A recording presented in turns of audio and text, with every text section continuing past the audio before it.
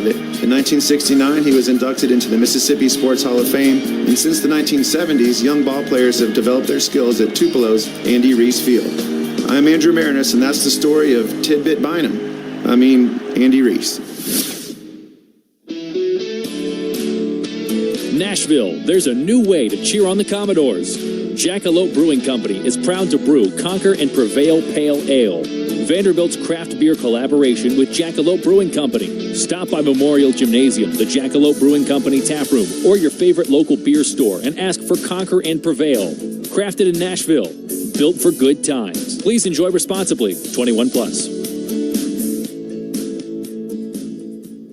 You can't always predict what's next, but you can be ready for it in a BMW SUV. The performance-driven X1 comes built for every journey, while the X3's sporty design and innovative technology keep your drive connected. The X5 blends performance with a commanding presence, or make it even bigger with 3 rows of luxurious seating in the X7. For every road, there's an X built to drive it. BMW, the ultimate driving machine. Take advantage of exceptional lease offers today.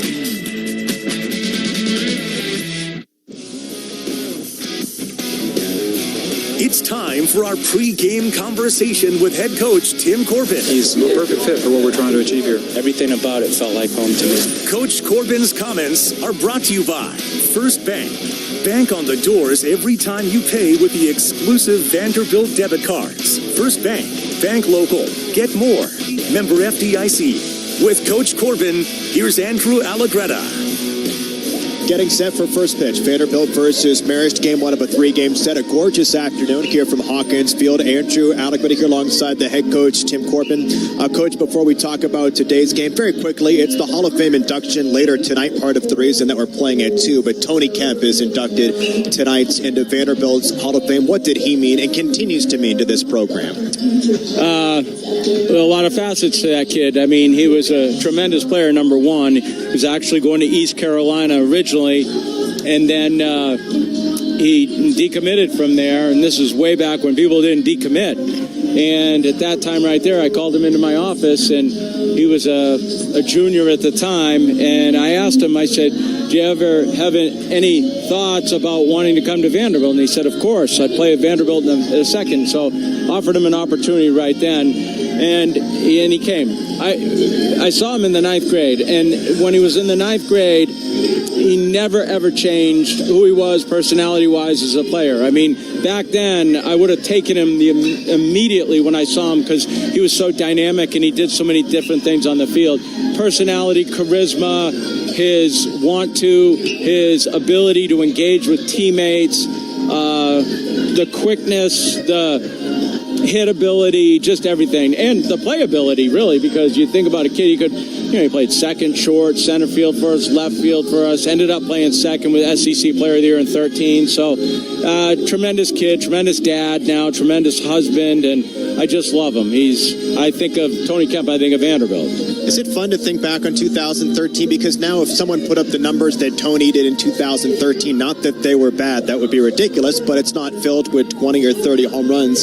He may not win SEC Player of the Year back in 2013. Is it fun to think back on a time where someone like Tony Kemp, because of all of the skills that he put out there, could win that award? Yeah, and to your point, I mean, his numbers were really good when you talk about average and hits, where you didn't see the things that maybe you see more today is the power, the slug, and he wasn't that type of player. But, he had some slug in the big leagues, and he and Yastrzemski. But what he was here is just so multi-dimensional that he just impacted the game. I think the thing you always saw is he always did something every day that was going to help you win the game. And he's a highlight film defensively. I mean, some of the catches he made, I don't know how anyone contorts their body like that to do it. But he knew how to fall without getting hurt. I loved watching him play high school football. He was a little halfback. So everything about that kid I loved. We kind of joked about it the other day, kind of the fearlessness of a Tony Kemp, or perhaps Yaz or others that would throw their body around at this place before it was, quite so padded or taken care of, part of the build that you've put into Hawkins Field over the years. But those guys threw their bodies around for this program for years, Yaz and Kemp and others. Yeah, I mean, I think about that outfield in 2013, and Kemp played second base, but you had Lupo, Harrell, and Yastrzemski, all physical kids. Lupo, football player. Harrell, football player. Yastrzemski, hockey player. Kemp, football player. I mean, you know, it's like contact sport guys. They show up every day. They throw themselves around. Back then, also, no padding on the wall. So we hear it from those guys and saying, you guys are soft. We didn't have padding back then. And, you know, and I don't even know if our guys believe them or not, but we didn't. We had brick, so which was really stupid when you thought about what we were doing. But we did. We had brick out there, and it was, you know, there was no give way with those guys. Well, this program was built on the toughness, so I suppose it was metaphorical. It was metaphorical for you guys. Let's talk about, really quickly, Corbin Reynolds, a young player that I know you guys like. He's gotten a couple of starts at the catcher position. He'll do so today, a Clarksville kid. Tell us his backstory, a freshman. Yeah, well, we recruited him, we got him from camp, and we knew of him, obviously, from Clarksville High School, same high school as Donnie Everett. And we went down there, saw him a few times, invited him to camp, and he committed about, I'd say, a month later. Strong. He's a really strong kid. Another football player. Defensive back at Clarksville High School. But the thing that, you know, we recruited him as a catcher because we thought that was something that he was mature in his abilities. But I will tell you where I think he's really mature. It's the offensive game. I mean, he's very short and compact, Andrew, to where he really creates tight moves to the ball. So doesn't make early decisions. He's very smart. He's a military brat. Both parents are in the military. I mean, you know, for me, I love that about a kid. But he's just a low-maintenance guy. What you see is what you get. Shows up the same way all the time, same personality, and he's tough. He's tough. Actually, I asked him that in the classroom today in front of everyone. I said, are you tough enough to play here? And he is. So, but I love that kid. Off to a good start with a couple of RBIs. Gets the start here today. Best of luck against Marist. Thanks, Andrew. We'll step aside. Come back. First pitch after this. Yeah, it's another day, but what kind of day is it really? A day of doom scrolling? Laundry day? Nah, it's a White Claw day. Because all that can wait. Your friends shouldn't. There are good stories to be made. So grab a pack, grab your friends. Make the most of each day with those who matter most. When you're together with White Claw, every day is a once-in-a-lifetime experience. You just gotta grab it. White Claw. Grab life by the claw. Please drink responsibly. Hard seltzer with flavors. White Claw Seltzer Works, Chicago, Illinois. Hey, Vandy fans, life's like baseball. You never know when you'll take a bad bounce. But when you do, trust Ponzi Law to step up to the plate. For over 30 years, they've been hitting it out of the park for injury victims. Every year, Ponzi Law recovers millions of dollars for their clients. If you're hurt in an accident or on the job, Ponzi Law is the team you want in your corner. Don't strike out. Call Ponzi Law at 615-244-4321. Ponzi Law, justice for all. Welcome to Vanderbilt Baseball. All third strike outside corner. That is going to do it. Welcome to the show. If maturity grows, so does an organization. So does a discipline. Undeniable greatness. There's one to spin to first. It's a double play. Always ready for the next iconic moment. This one is way back toward left field. This one is gone. Goodness, Brody Johnston. Oh, what a smash. Vandy Boys Baseball starts right now. Our coverage of Vanderbilt baseball is brought to you by First Bank. Bank on the doors every time you pay with the exclusive Vanderbilt debit cards. First Bank. Bank local. Get more. Member FDIC. Jackalope Brewing Company. Vanderbilt Athletics is supported by Jackalope Brewing Company, home of the Nashville favorite Bear Walker Maple Brown. Available at all Commodore baseball games and a watering hole near you. Martin and Zerfas. Martin and Zerfas Insurance Agency, a proud carrier of auto owners insurance. Mid-South Ford, your Tennessee Ford dealers. Anchor Down. Coors Light, choose chill.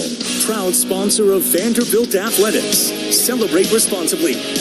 San Antonio Taco Company, Nashville's best Tex-Mex, made fresh from scratch daily. And by Modelo. Modelo, brewed for those with a fighting spirit. Now, let's head to the broadcast booth. Here's Andrew Allegretta. Well, it's actually Jonah Weintraub here inside the Learfield Network studios. Andrew will be back just momentarily. The national anthem going on at Hawkins Field. But while we have the time, let's pause 10 seconds for station identification. This is Vanderbilt baseball from Learfield.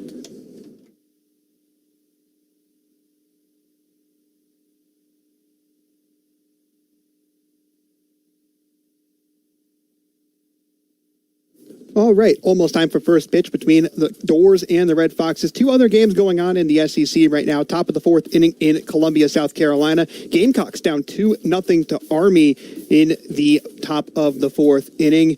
For the Knights, it's Trey Aites with 3 innings pitched and only 2 hits allowed, no earned runs as they're up on the Gamecocks. And in the bottom of the third inning against Indiana, number 2 LSU is up 2-0, a run in the first and the third to take that early 2-run advantage in a neutral set game in Jacksonville.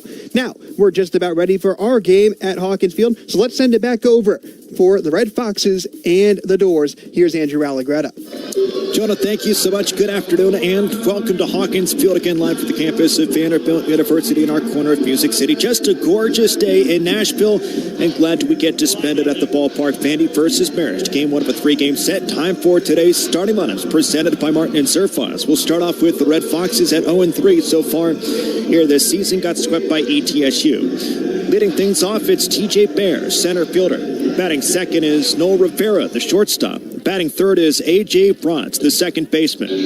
Batting fourth for Marist, Nathan Lincoln, left fielder. Batting fifth is Connor Lawrence, the DH. Batting sixth is Kyle Pollock, the first baseman. Batting seventh is Chris Diaz, right fielder. Batting eighth is Drew McGowan, the catcher. And batting ninth for Marist is Luke Monaco, third baseman. And the starting pitcher for the Red Foxes, a 6'1" senior from Webster, New York, Will Taylor. Marist Red Foxes out of Poughkeepsie, New York, part of the Metro Atlantic Athletic Conference. Now for Vanderbilt at 3-2 so far this season, coming off that 7-inning no-hitter versus Eastern Michigan back on Wednesday. To lead things off, Logan Johnstone, right fielder. Batting second, Brody Johnston, third baseman. Batting third, Mike Mancini, left fielder. Batting fourth, Braden Holcomb, center fielder. Batting fifth, Mac Whitcomb, the DH today. Batting sixth is Mac Jensen, first baseman. Batting seventh is Rustin Rigdon. Batting eighth is Corbin Reynolds, the catcher. And batting ninth is Riker Waite, the shortstop. And today's starting pitcher for Vanderbilt at 6'1", the junior from Londonderry, New Hampshire, Connor Fennell gets the start. For umpires here today, Jeremy Dupree calls the balls and strikes. David Susi at first base, Brian DeBrowers at second base, Michael Phillips at third base. Those are today's starting lineups presented by Martin and Surfos. Contact Martin and Surfos for solutions to your insurance, risk management, and group benefit needs. Martin and Surfos, insuring Vandy fans since 1978. And very quickly, today's injury report presented by Vanderbilt Sports Medicine. And certainly very good to have Mike Mancini back in the lineup after a quad strain. Kept Vanderbilt's left fielder out for opening weekend. We are set to go. White uniforms with black pins for Vanderbilt. Red uniforms, white pants for the Red Foxes. First pitch by Fennell. It's a fastball for a strike. It's a fastball, changeup, slider, and a cutter mix for Fennell. The 0-1. That fastball is swung on, bounced foul first base side. No balls, 2 strikes on TJ Bear. He's a 5'9" freshman out of Easton, Connecticut, batting from the right side. As Fennell rocks and throws, pitch is on its way.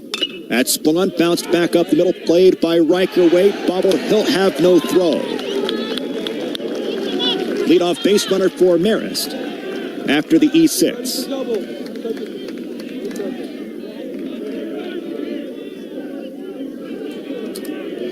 Here's Noel Rivera, shortstop, 5'10" sophomore out of Brooklyn, New York. So from the stretch here for Fennell, right versus right. Batting .462, 2 home runs, 4 RBIs for the shortstop for Marist. And the pitch. There's a fastball, pops the net for a strike. No balls, 1 strike on Rivera. Defense for Vanderbilt features Johnston, the third baseman. Riker Waite's at short. Rustin Rigdon plays second base today. Max Jensen's at first base. No balls, one strike for Fennell. The pitch. There's a check swing that's bounced first base side. Jensen's going to throw to first. It is bobbled by Connor Fennell. It gets past him. Runner advances first to third. Quick tag back at first base after Vanderbilt gathers runners at first and third. Boy, back-to-back errors to start up the game for Vanderbilt defensively. Two balls that were not hard hit off of Fennell, but an E6, Max Jensen played one in that triangle. Thought about going to second base. By the time he spun back and threw to Fennell at first base, the throw was off target. Runners at first and third here for A.J. Bronze.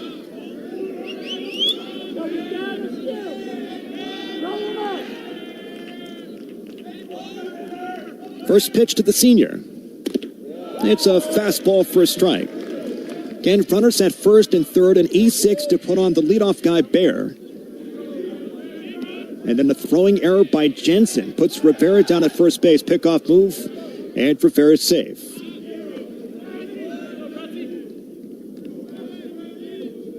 Rest of the defense for Vanderbilt. Mancini plays left field. Holcomb is in center field. John Stone's in right field.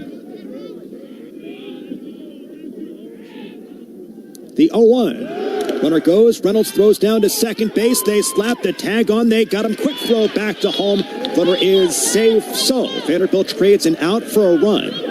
Good throw by Corbin Reynolds. Throws out Rivera, but Bears scores from third. 1-0 Marist after Vanderbilt tosses two errors up on the board to the first two batters. Base is empty now. The 1-0. Up and away.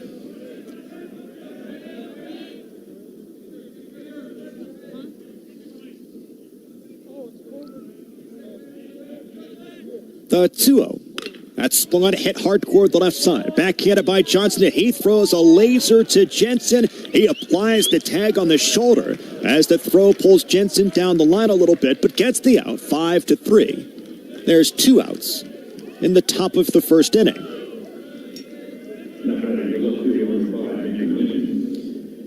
That brings us to Nathan Lincoln.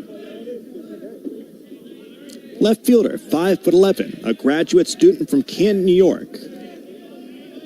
First pitch. Takes a fastball up and in. 1 ball, no strikes. Base is empty, 1-0 Marist. Again, E6 and E1 to the first two batters.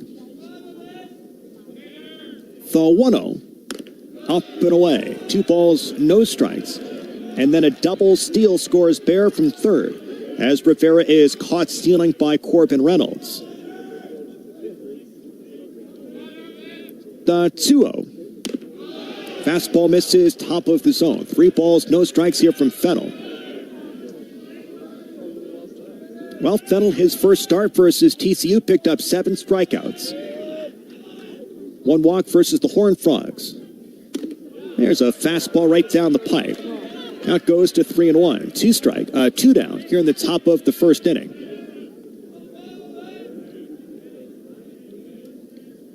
The 3-1.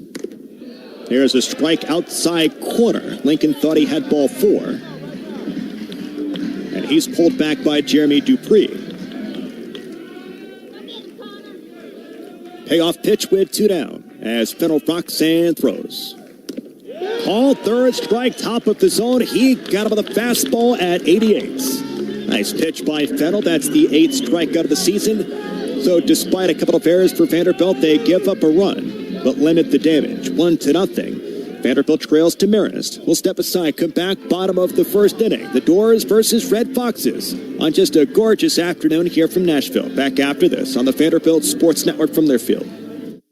Only a select few can call themselves Vandy Boys, a proud moniker that's earned through hard work, sacrifice, and unwavering commitment. It means that you're a Commodore for life, ever ready to anchor down. This Vanderbilt tradition is brought to you by Ford F-Series, America's best-selling trucks 49 years straight. Drive F-150, proud sponsor of the Commodores at your Tennessee Ford dealer, based on 1977 to 2025 total sales.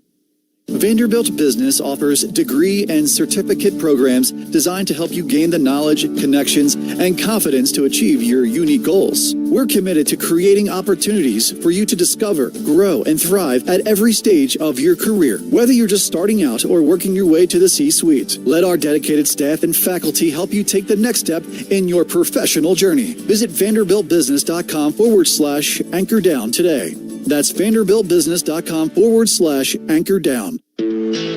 What's going on, Commodore Nation? This is the 2013 SEC Player of the Year, Tony Kemp. Sensational play by Tony Kemp. And you are listening to Vanderbilt Baseball on the Vanderbilt Sports Network from Learfield. Yeah, 2011 SEC Freshman of the Year, 2013 SEC Player of the Year, and 2025 Vanderbilt Hall of Fame inductee. Later tonight, Tony Kemp, congratulations. Well, to lead things off for Vanderbilt, bottom of the first inning, Logan Johnstone, right fielder. Brody Johnston, third base. Mike Mancini, left field. Vanderbilt at 3-2 so far this season. Oddly enough, through 5 games, Vanderbilt has played exactly 1. That's made it 9 innings. That first game versus TCU, 5 before the loss. But a 13-3 run rule victory versus Texas Tech. 11-1 run rule defeat versus Oklahoma State, 13-2, and then 16-2 versus Eastern Michigan on Tuesday and Wednesday. So the graduate students will stand in from the left side, left versus left with Will Taylor, a 6'1" senior from Webster, New York. First pitch. There's a fastball that runs inside. 1 ball, no strikes. Wind blows out to left center field. Gorgeous temperatures, mid-60s here today. Perfectly clear skies. Open stance for Johnstone. The 1-0. That's off the plates. And dropped by the catcher McGowan. 2 balls, no strikes. Of course, home runs the story so far for Vanderbilt with 16 of them. But don't discount what Logan Johnstone has done as well. The 2-0. That's swung on. That one is hit deep towards right center field. This is back at the fence, and it is caught by Diaz. Oh, tip your cap. Right fielder Diaz goes up, leans his shoulder against the fence, and plucks that one off the top of the fence for Logan Johnstone. Well struck for Vanderbilt's right fielder, but the right fielder for Marist, Diaz, one-ups him.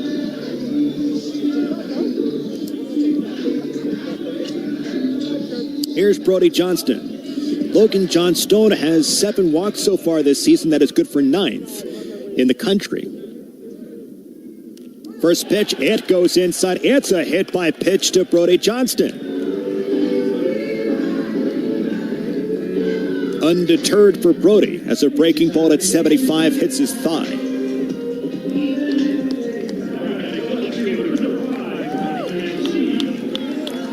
Now this is great to see for Vanderbilt. Mike Mancini comes off that quad strain this past weekend. He's been begging to play and finally gets the green light.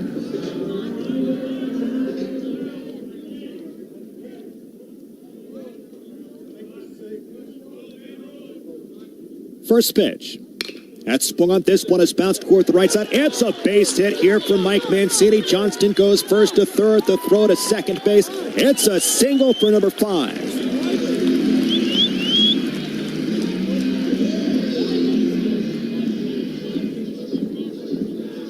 So Vanderbilt has runners at the corners. They trail 1-0. Bottom of the first inning, but Holcomb with a chance to tie the score. 1 down. Vanderbilt 6'4", junior out of Orlando, Florida.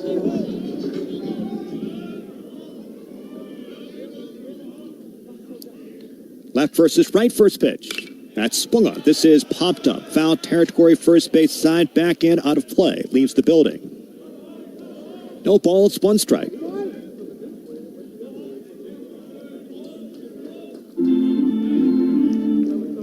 Batting .421, has 2 home runs, 8 RBIs, 1 double so far this season through 5 games for Holcomb. The 0-1. That's swung on. There's a chopper toward third. Monaco goes to second. That's 1. The spin to first base. Not in time. and Vanderbilt ties the game. So Brody Johnston scores from third base. Good job by Mike Mancini to get him first to third. A little bit of small ball for Vanderbilt as Holcomb picks up the RBI. His 9th of the season.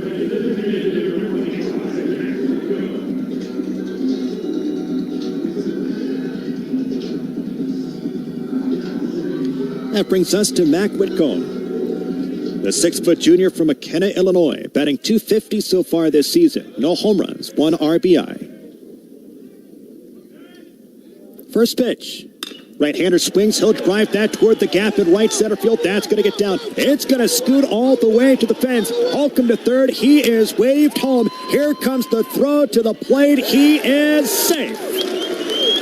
The throw from Bratz, the second baseman, pulls McCatcher McGowan up the line. And Vanderbilt takes a 2-1 advantage here in the bottom of the first inning thanks to the double by Whitcomb.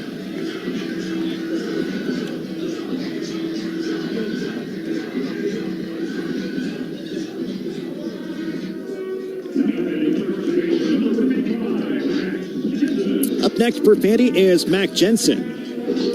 6'3" graduate students out of Burke, Virginia. Left versus left. Whitcomb's down at second base. First pitch. Jensen swings. He'll flare this one towards shallow right center field. This one gets down for a base hit for Jensen. Whitcomb is going to score from second base. It's 3-1. A flare for Max Jensen to right field. Drops in for a base hit. It's his first RBI as a Vandy boy. The Doors 3-1.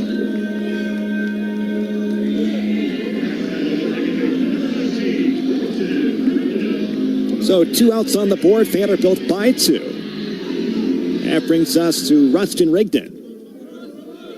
7th spot for head coach Tim Corbin. And the pitch. That's off the plate. 1 ball, no strikes. 2 down. Max Jensen down at first base. Picks up his first RBI with the black and gold. The 1-0.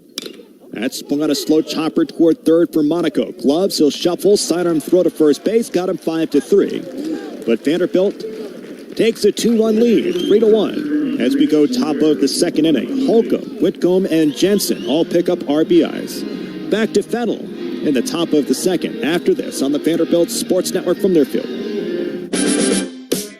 Yeah, it's another day, but what kind of day is it really? A day of doom scrolling? Laundry day? Nah, it's a White Claw day. Because all that can wait. Your friends shouldn't. There are good stories to be made. So grab a pack, grab your friends. Make the most of each day with those who matter most. When you're together with White Claw, every day is a once-in-a-lifetime experience. You just gotta grab it. White Claw. Grab life by the claw. Please drink responsibly. Hard seltzer with flavor. White Claw Seltzer Works, Chicago, Illinois. At First Bank, we've always been Vandy fans. And as the official bank of Vanderbilt Athletics, we're also teammates helping cheer on the Doors together. We're proud to add Commodore Pride to your wallet with our official Vanderbilt debit cards. Anchor down when you pay with Vanderbilt debit cards from First Bank. When 2 historic Tennessee teams join together, you get even more ways to bank on the Doors. Bank local, get more. First Bank, member FDIC. This is head coach Tim Corbin, and you're listening to Vanderbilt Baseball on 102.5 The Game and 94.9 The Fan. Back to the booth and Andrew Alagretta. Vandy wins it. Our scores, we go top of the second inning. 3-1 Vanderbilt leads by 2 versus Marist. A congratulations to Mark Byington, head coach for Vanderbilt men's basketball. Named to the watch list for the Naismith Coach of the Year. No surprise for Mark Byington. Big game coming up tomorrow. Vanderbilt's versus Tennessee. It's a 1 p.m. tip-off. That one is going to be electric inside Memorial. Not to mention Vanderbilt women's basketball takes on Kentucky on Sunday. It's a huge weekend of athletics here on West End. Of course, we've got the 3-game set with Marist. Hall of Fame induction later tonight. Alma Matthews from the football program goes in. Tony Kemp from the baseball program goes in the Hall of Fame.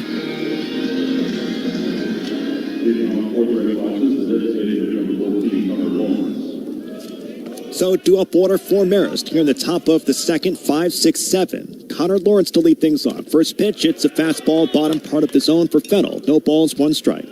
Again, the numbers so far for Fennell, he's got 8 strikeouts, 1 walk. Makes his second start of the season. Swing and a miss.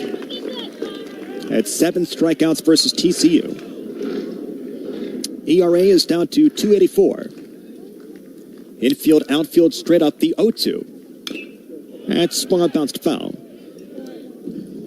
No balls, 2 strikes, red uniforms here for Marist. They look a lot like the Los Angeles Angels. Vanderbilt goes with the white uniforms and black pins. The 0-2. Misses low, changeup, 1 ball, 2 strikes, does not chase. Again, Vanderbilt is 3-2 to start off the season. The 1-2. Swing and a miss. He struck him out. That's the changeup. And Lawrence chases it. 1 down.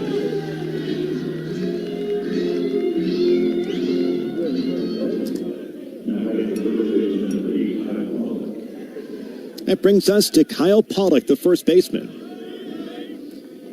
0-3 so far for Marist. Got swept by ETSU last weekend. Here's the pitch. That's swung on. This is lifted foul. Right field side, back and out of play. What a journey for Connor Fennell. Very lightly recruited out of New Hampshire. Goes to Dayton. And now he's the Friday night starter. As a junior for Vanderbilt baseball. Incredible journey. The 0-1. Misses top of the zone with a fastball. 1 ball, 1 strike. 1 down, base is empty. Somebody that Vanderbilt has known for a while. They knew about Fennell back in high school. Was trained by Tyler Beatty's dad. The 1-1. That spot hit hardcore left center field. Holcomb is on the run. This one is drifting back, and it is gone. So Pollock hits his first home run of the season. New score is 3-2. A 6'2" senior from Neptune, New Jersey.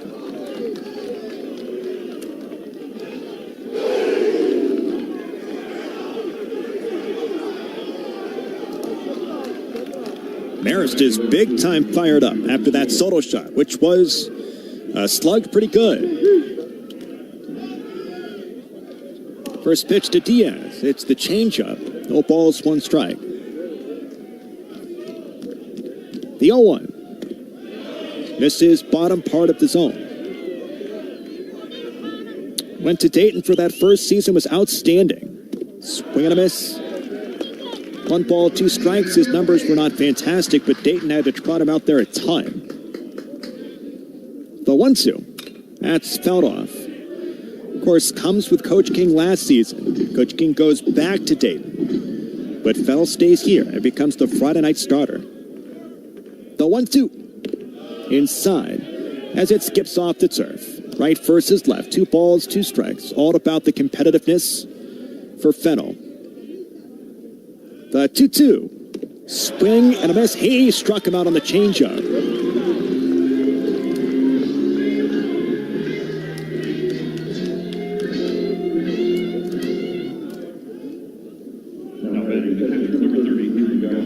Here's Drew McGowan. First pitch. Fastball for a strike. Those last 2 batters a big part of what makes Fennell so good. The 0-1. Misses low. Changeup. 1 ball, 1 strike. He did it last year versus Jace LaViolette. Gave up that huge home run. There's a strike outside corner changeup. 1 ball, 2 strikes. And then proceeded to absolutely shove against the Aggies. The 1-2.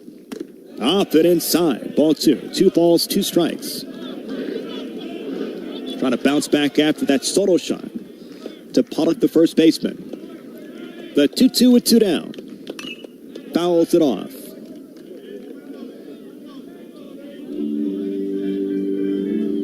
To some extent, Fennell is Vanderbilt baseball's version of Diego Pavia. Unreal competitiveness.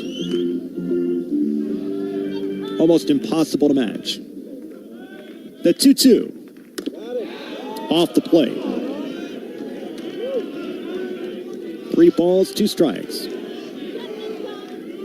And the pitch. Called third strike, bottom part of the zone, got him with a changeup. So he strikes out this side. All 3 strikeouts with the changeup for Fennell. And we go bottom of the second inning. Vanderbilt leads by a run, 3-2. Back in just a couple of seconds after this on the Vanderbilt Sports Network from Learfield.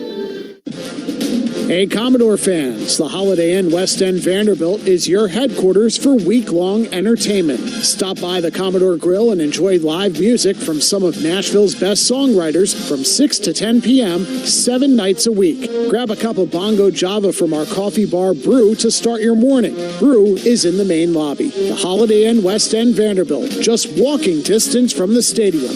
The game starts here. Some things about baseball are difficult. Why does a knuckleball do all those crazy things? That can be complicated. Well, here's something that's easy. Fans of the Vandy Boys love chowing down on Tex-Mex out on the deck at San Antonio Taco Company. Tasty food, the freshest ingredients, fast service, and of course, that world-famous chili con queso. It's all pretty simple, really. Coach Corbin and the Vandy Boys are loved, and so is the Tex-Mex at San Antonio Taco Company. Easy to find on 21st Avenue South and online at thesatco.com. Before and after the game, you gotta go to Satco. What's up, Commodore Nation? This is 2014 National Champion, Dansby Swanson. It's tied up on a solo homer by Dansby Swanson. And you're listening to Vanderbilt Baseball.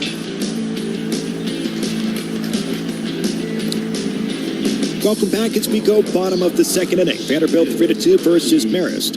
Vanderbilt Athletics would like to thank their local 615 partners for their continued support. Let's do our part in supporting those who support Vandy and shop local. Andrew Allegretti in the booth alongside Jenna Weintraub back inside our network studios. We'll be joined by John Michael Morris, our director of recruiting, in the 4th inning. Again, Vanderbilt leads by a run. We'll keep tabs as well on that U.S. versus Slovakia game in the semifinals as Vanderbilt tries to set up a USA tries to set up a gold medal match with Canada.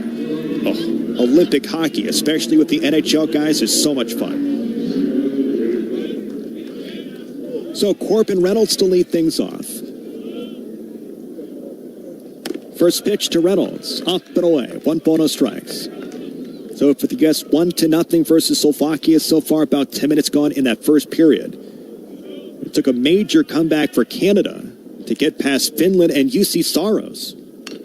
There's a check swing by Corbin Reynolds. It bounces foul. Third base side out of play. 1 ball, 1 strike.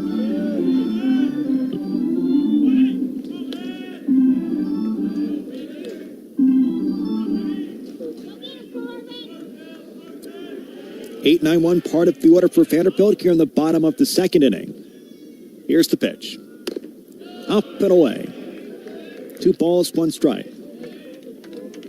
Reynolds, Waits, and Logan Johnstone versus Will Taylor, left-handed pitcher for Marist. Vanderbilt 3, Red Foxes 2.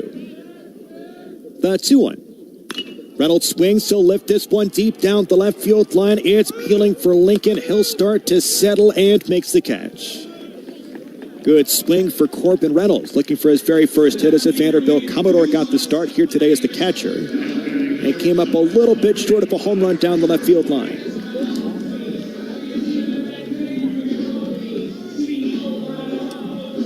Well, 2 home runs so far this season for Riker Waits, including that grand slam back on Wednesday. A switch hitter bats from the right side. The pitch. Off-speed pitch for a strike. Base is empty for Vanderbilt, 1 down. Bottom of the second inning. Waits batting .333. 2 home runs and 9 RBIs. That pitch is swung on, bounced toward the right side. It's a base hit here for Riker. That splits the first baseman and second baseman. 1 out base runner for the top of the order.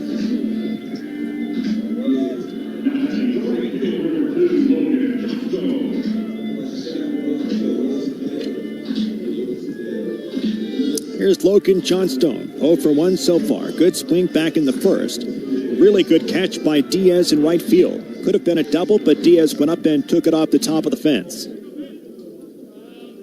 Left versus left. Waits down at first base. Here's the pitch. Breaking ball misses low.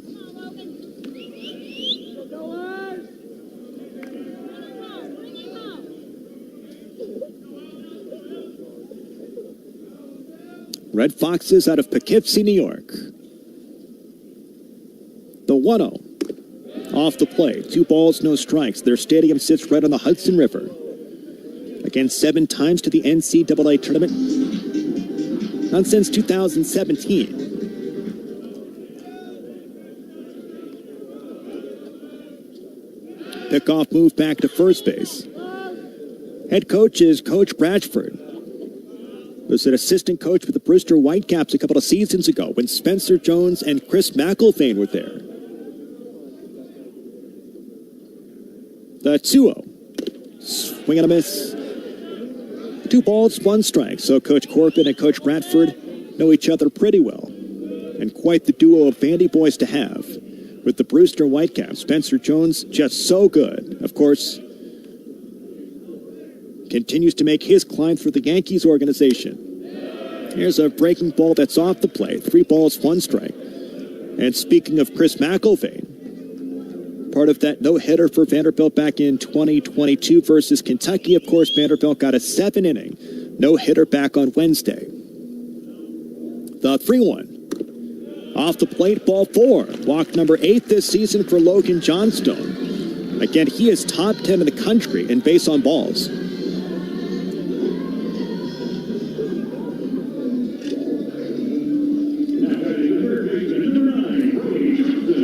And here's Brody Johnston. Leads America in home runs with 5 of them.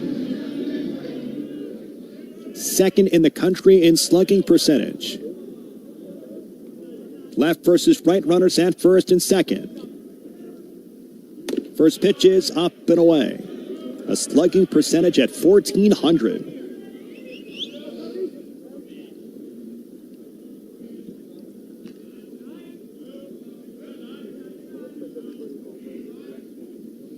The 1-0. That's swung on and fouled straight back. Young man by the name of Aiden Orr at 15-17 out of Oakland. The only player in America through 5 games with a better slugging percentage than Brody Johnston. The 1-1. Runner goes, it's swung on, hit hard towards center field. Bear is going to track back to the warning track. He slows, makes the catch. Oh, Brody Johnston bidding for his 6th home run of the season. If there was just a little bit more of a wind gust, it might have made it out. Don't think he quite barreled that pitch. Just a little bit off the end of the bat. But boy, is Brody Johnston allowed out every time. 2 down.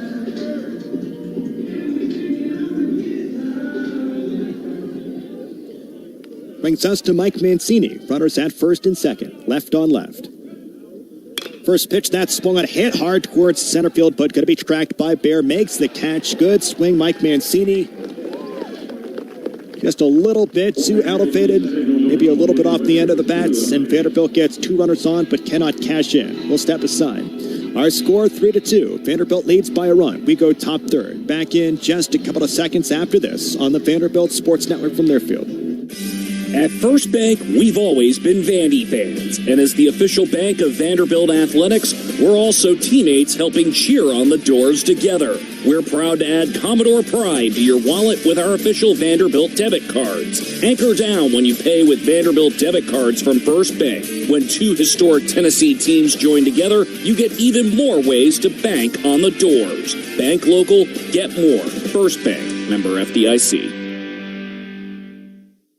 No No other place has a story like Nashville, and no one captures the spirit of Music City better than the new Omni Nashville Hotel. This stunning 800-room hotel offers the perfect blend of Southern charm and urban sophistication in the heart of downtown. The hotel's 5 on-site culinary and entertainment venues reflect the authentic flavors of Nashville. Amenities include an on-site business center, spacious fitness facility, and a stunning outdoor pool deck with panoramic views of downtown Nashville. And don't forget Omni's signature Mocara Spa. Get ready, Nashville. This is like nothing you've ever experienced before. Hey, this is Mike Yastrzemski, part of the 2011 College World Series team. And Yastrzemski has put them ahead. And you're listening to Commodores Baseball on the Vanderbilt Sports Network.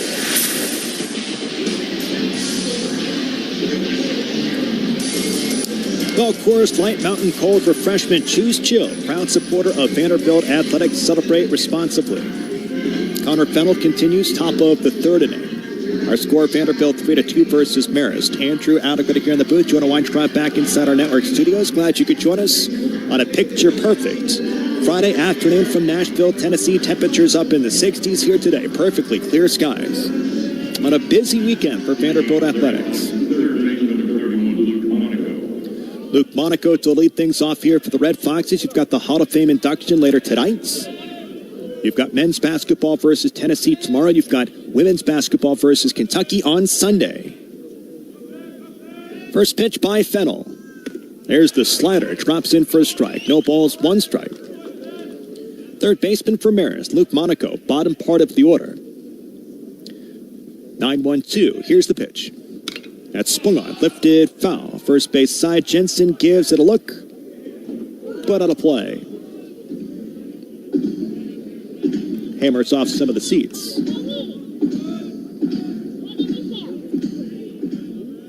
No balls, 2 strikes for Fennell. Has 4 strikeouts so far. The 0-2. There's a check swing. Did he go? He did as they check down to first base. Strikeout number 5 for Fennell. 1 down, top of the third inning. David Susi makes the call.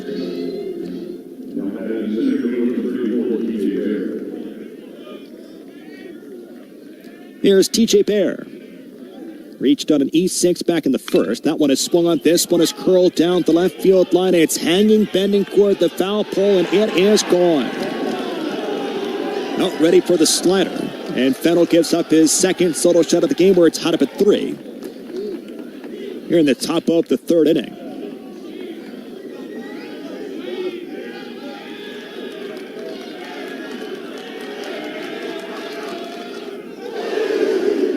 First home run of the season for Bear. First one of the career as well for the freshman from Easton, Connecticut.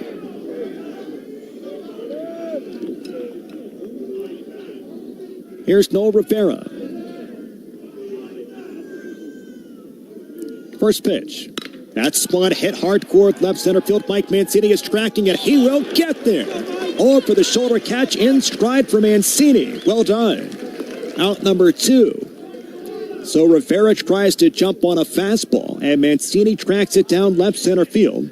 Really well played for Vanderbilt's New York native.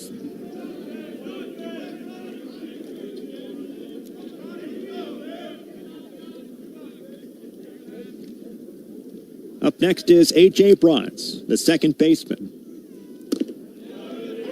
There's a changeup for a strike. No balls, 1 strike. Right versus right. Base is empty. We're tied up at 3.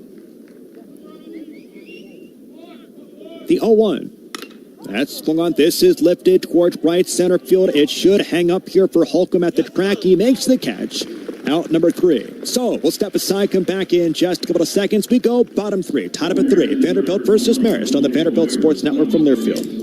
Vanderbilt Business offers degree and certificate programs designed to help you gain the knowledge, connections, and confidence to achieve your unique goals. We're committed to creating opportunities for you to discover, grow, and thrive at every stage of your career, whether you're just starting out or working your way to the C-suite. Let our dedicated staff and faculty help you take the next step in your professional journey. Visit vanderbiltbusiness.com/anchor down today.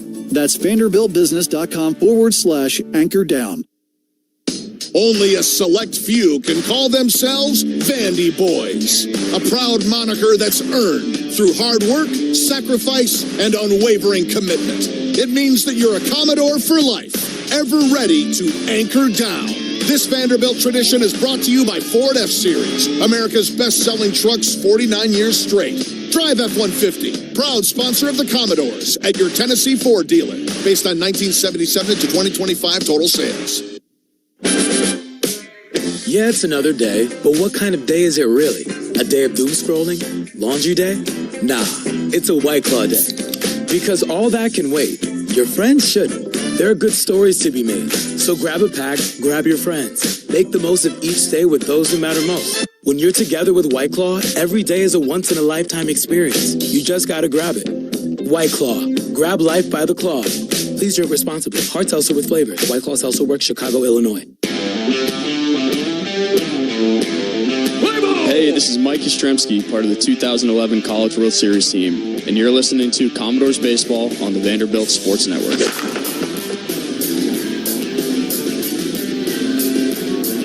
Welcome back as we go bottom three. Handcrafted pies, fresh ingredients and bold flavor in every slice. 5 points. Pizza, proud supporter of Vanderbilt baseball. Holcomb to lead things off for Vanderbilts. He'll be followed by Whitcomb and Jensen. We're tied up at 3 here in the bottom of the third inning. Vanderbilt versus Marist. Very good program out of the Metro Atlantic Athletic Conference. First pitch. Holcomb swings. He'll chop it toward third base. Played by Monaco. Throws to first. 5-3. One pitch for Taylor. And gets Holcomb.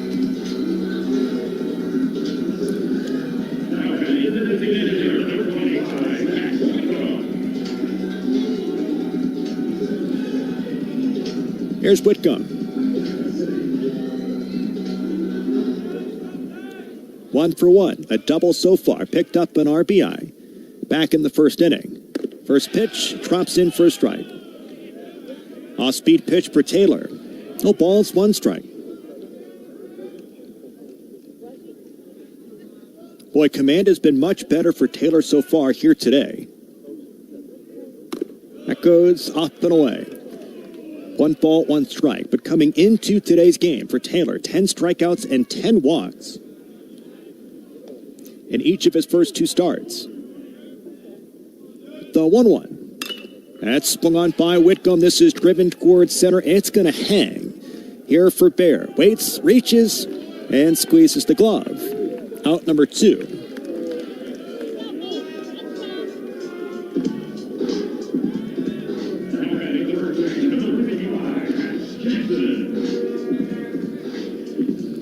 Yeah, the season numbers here for Will Taylor. 8 2/3, 8 hits, 7 runs, 10 strikeouts, 11 walks. Only 1 of those so far today. First pitch, it's swung on and missed. Fouled off, should say. No balls, 1 strike to Jensen. 1 for 1 for Jensen, picked up an RBI back in the first inning. Open stance for the graduate student.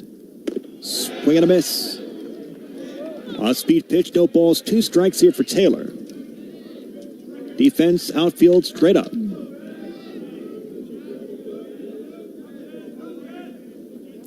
No balls, 2 strikes on Jensen. Here's the pitch. Off the plate. 1 ball, 2 strikes.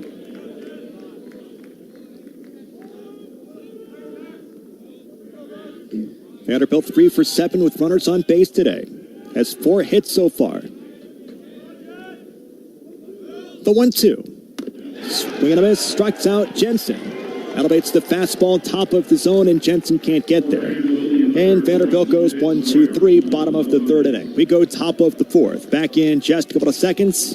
Vanderbilt versus Marist, tied up at 3 on the Vanderbilt Sports Network from their field.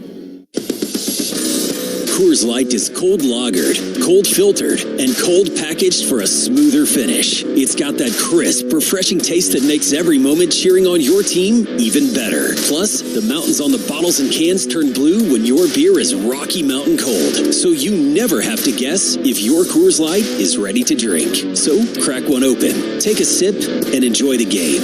Coors Light. Choose chill. Celebrate responsibly.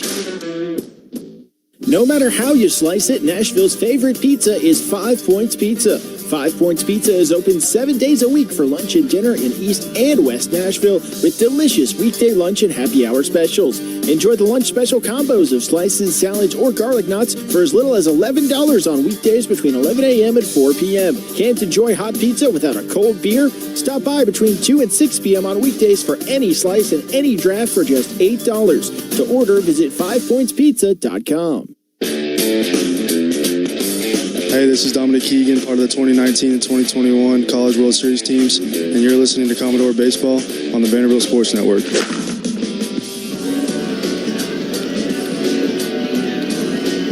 Welcome back as we go top of the fourth inning. Vanderbilt versus Marist on a sunny afternoon from Nashville, Tennessee.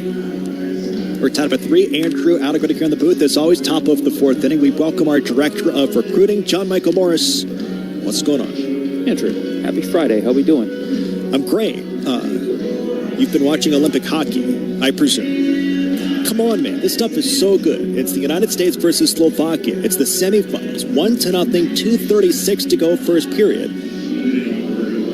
If America wins, they face Canada for the gold medal game on Sunday. So did Canada already win their semifinal game? Massive comeback versus Finland.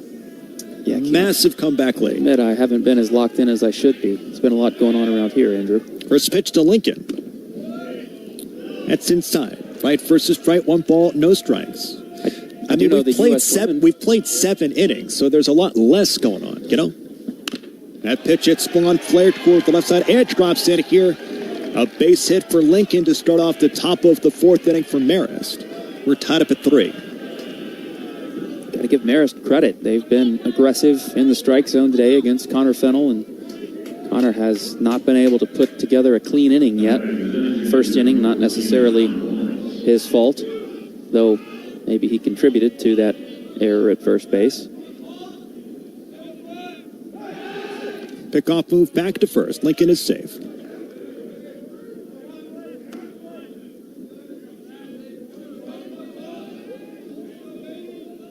Right versus left with Lawrence.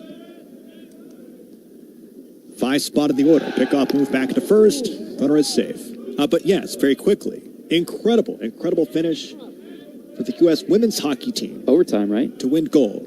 That was electric versus Canada. See, I know a little bit of what's going on. And the pitch. Inside. Joe's bunt pulls back. They scored that game-tying goal, third period, about 2 minutes to go. And then win it in overtime. One of the best pure individual efforts.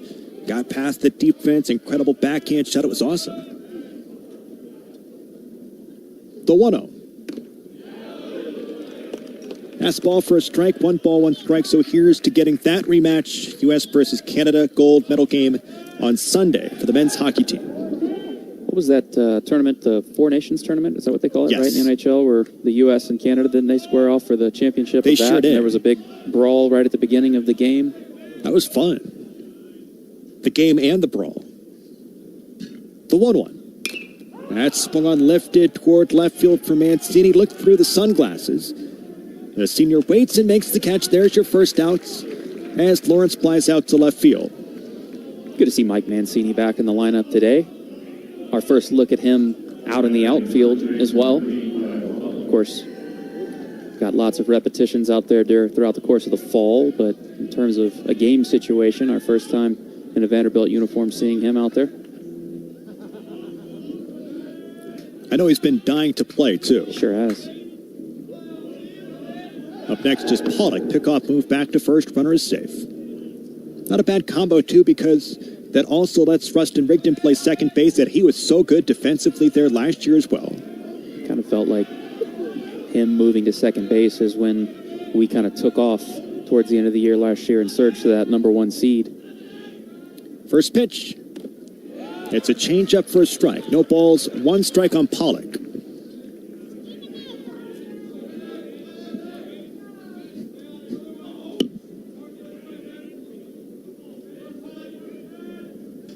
We're tied up at 3, top of the fourth inning for Fennell from the stretch. Pickoff move back to first. Runner is safe. Well, so far for Fennel, 3 1/3, 3 hits, 3 runs, 2 of them earned, 5 strikeouts, no walks, and 2 solo shots given up.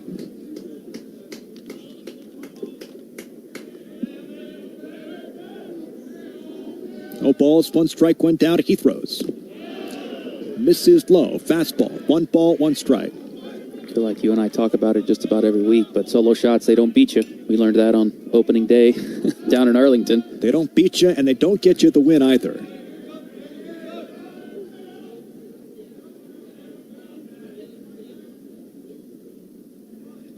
The 1-1. Fouls it off. That's the slider. 1 ball, 2 strikes from Fennel as he works to Pollock. And that solo shot back in the 2nd inning. He has his own tattooed that thing too. He did. I think he has his own cheering section down the left field line. I was got wondering some about boys that. here because they were all videotaping and they absolutely lost their minds when he left the yard.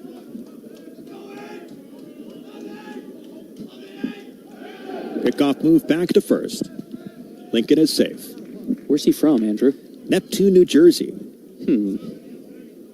So maybe he's got some New Jersey friends that are students here at Vanderbilt, potentially? Certainly possible. Or just that traveling fan club.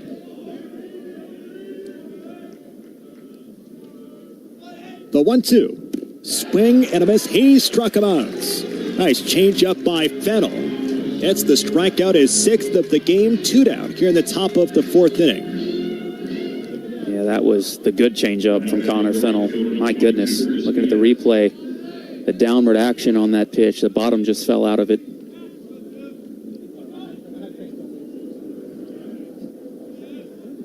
Here's Chris Diaz, right versus left. And Fennel throws. First pitch, up and in. 1 ball, no strikes. What, out of the 6 strikeouts for Fennel, 4 or 5 of them from the changeup so far? I mean, that changeup has been the thing that has gotten him the strikeouts. The 1-0. Nice changeup outside corner. 1 ball, 1 strike. That pitch is so deceptive. From the release height that you see it from, it looks just like the fastball until it doesn't. The 1-1. That's swung on lifted towards center field here for Holcomb. Starts to slow. Shy up the warning track. The center fielder leans off to his shoulder. Makes the catch. There's out number 3. So Diaz flies out to center field. Fennel does not give up a run here in the top of the 4th inning. And we're still tied up at 3 as we go bottom 4. Back in just a couple of seconds, the Hawkins Field. After this, on the Vanderbilt Sports Network from their field.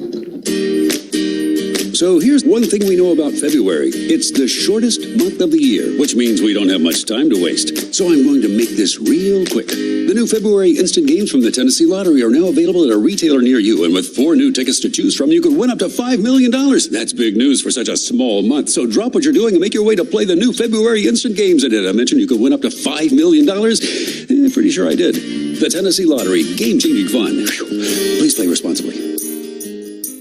Martin and Zerfoss believes that insurance is the foundation upon which businesses and families build their futures. For over 45 years, our locally owned agency has worked with companies and individuals to build coverage that helps lower their risks. For all personal, commercial, risk management, and group benefits, call Martin and Zerfoss at 615-297-8500 or visit mzinsurance.com. Insuring Vandy fans since 1978.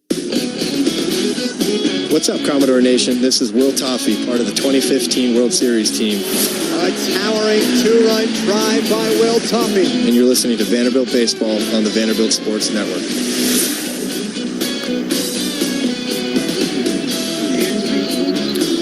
Welcome back as we go bottom of the 4th inning. For all things college baseball, including live games and talk, tune into Sirius XM College Sports Radio Channel 84 and streaming on the Sirius XM app. We are tied up at 3, Vanderbilt versus Marist, a very good program out of the Metro Atlantic Athletic Conference. Located where? John Michael Morris. New York. Yes. Poughkeepsie. How do you Poughkeepsie. say it? Poughkeepsie. See? I know things. Right there on the Hudson. Sure, it's a lovely town. I've never been. It's supposed to be pretty nice. I've not been either, but they're a very good program. They've consistently been at the top of their conference for years. They are. They're a very good program. They've turned out some good players. Had one of the best had a first rounder last year. First pitch goes inside to Rustin Rigdon. 1 ball, no strikes. Granted, he had transferred to another school, but he didn't even play at said school because he got hurt. So I want to give that first rounder to Marist. The 1-0. That's swung on line drive off the middle, base hit for Rigdon. Turns the corner. He's going to look for second base and then peels back.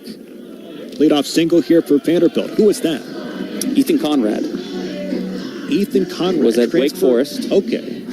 Transferred from Marist after his sophomore year to Wake Forest and was one of the most talked about players coming into the year last season, and suffered a shoulder injury pretty early in the season last year and never got back out on the field. But he was a first rounder to the Chicago Cubs in this past summer's draft. So that right? You got to give that to Marist? That's Marist. I think that's Marist. First pitch to Reynolds. Swings and he pops this one up. Out to left field. Lincoln comes in, calls off the shortstop, makes the catch and shuttle left field for Corbin Reynolds. 0 for 2 today. And then is it John Gant? I believe went to Marist. Did John Gant go? Yeah, the right-handed pitcher? Yes. Did he? He might have. He pitched in the big leagues for quite a while. He was with St. Louis and maybe Minnesota.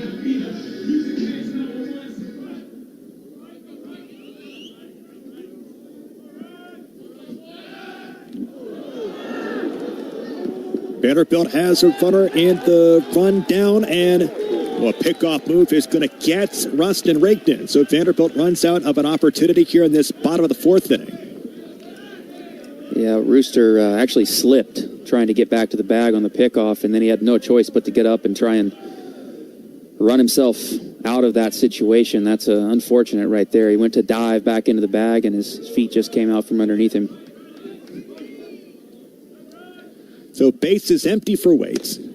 That runs inside. 1 ball, no strikes. Not John Gant. Stand by. There's someone.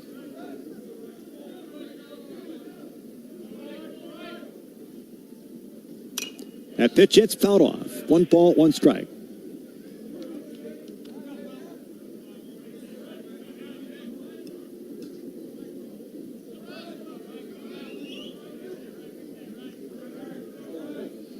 Yeah, we'll get there eventually. 1 ball, 1 strike, 2 down. There's a strike outside corner. 1 ball, 2 strikes.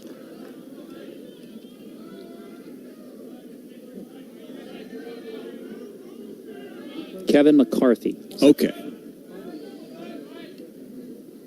The 1-2. That misses a little bit low. 2 balls, 2 strikes. Chalk that up to sloppy research, J.M. Chalk that up to sloppy research on my part. The 2-2. That's swung on a hit hard left field side. It is foul off the netting. Now Riker got an off-speed pitch up in the zone there and turned on it.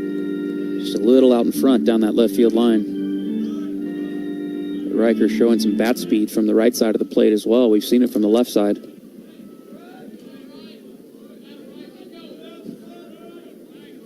The 2-2. Elevates, misses. 3 balls, 2 strikes. Base is empty. Tied up at 3.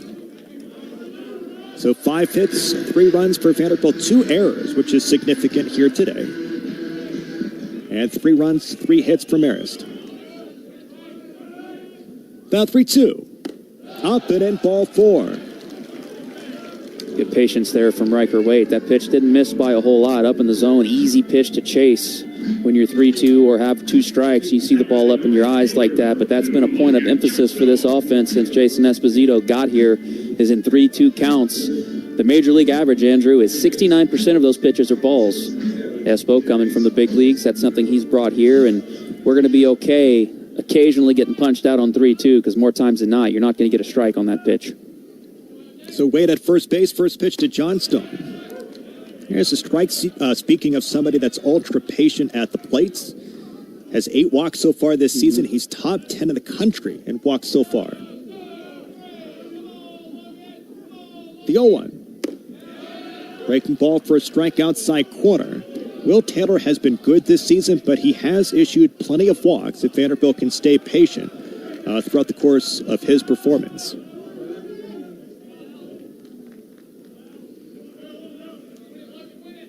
The 0-2. A check swing does not go. 1 ball, 2 strikes. It's 12 walks and 11 strikeouts so far in 9 2/3 innings for Taylor. He'll give you some bases, but Logan Johnstone, watching him throughout the course of the fall, you kind of felt like at some point or another he would end up being your leadoff hitter this season because of his patience at the plate. The 1-2. Elevates 2 balls, 2 strikes. I know he didn't start there on opening day, but he found his way up there pretty quickly before the weekend was over. And, you know, obviously things can change as the season goes, but I would expect to see him in this spot for quite a while. On base percentage at .625 so far. The 2-2. Called third, strike outside corner. Okay, so Vanderbilt does lead Riker Waite down at first base. We're still tied up at 3 as we go top 5. Back in just a couple of seconds to Hawkins Field after this on the Vanderbilt Sports Network from their field. Yeah, it's another day, but what kind of day is it really? A day of doom scrolling? Laundry day? Nah, it's a White Claw day. Because all that can wait. Your friends shouldn't. There are good stories to be made. So grab a pack, grab your friends. Make the most of each day with those who matter most. When you're together with White Claw, every day is a once-in-a-lifetime experience. You just gotta grab it. White Claw. Grab life by the claw. Please drink responsibly. Hard seltzer with flavor. White Claw Seltzer Works, Chicago, Illinois. Hey, Vandy fans, life's like baseball. You never know when you'll take a bad bounce. But when you do, trust Ponzi Law to step up to the plate. For over 30 years, they've been hitting it out of the park for injury victims. Every year, Ponzi Law recovers millions of dollars for their clients. If you're hurt in an accident or on the job, Ponzi Law is the team you want in your corner. Don't strike out. Call Ponzi Law at 615-244-4321. Ponzi Law, justice for all. What's going on, Commodore Nation? This is the 2013 SEC Player of the Year, Tony Kemp. Sensational play by Tony Kemp. And you are listening to Vanderbilt Baseball on the Vanderbilt Sports Network from Learfield.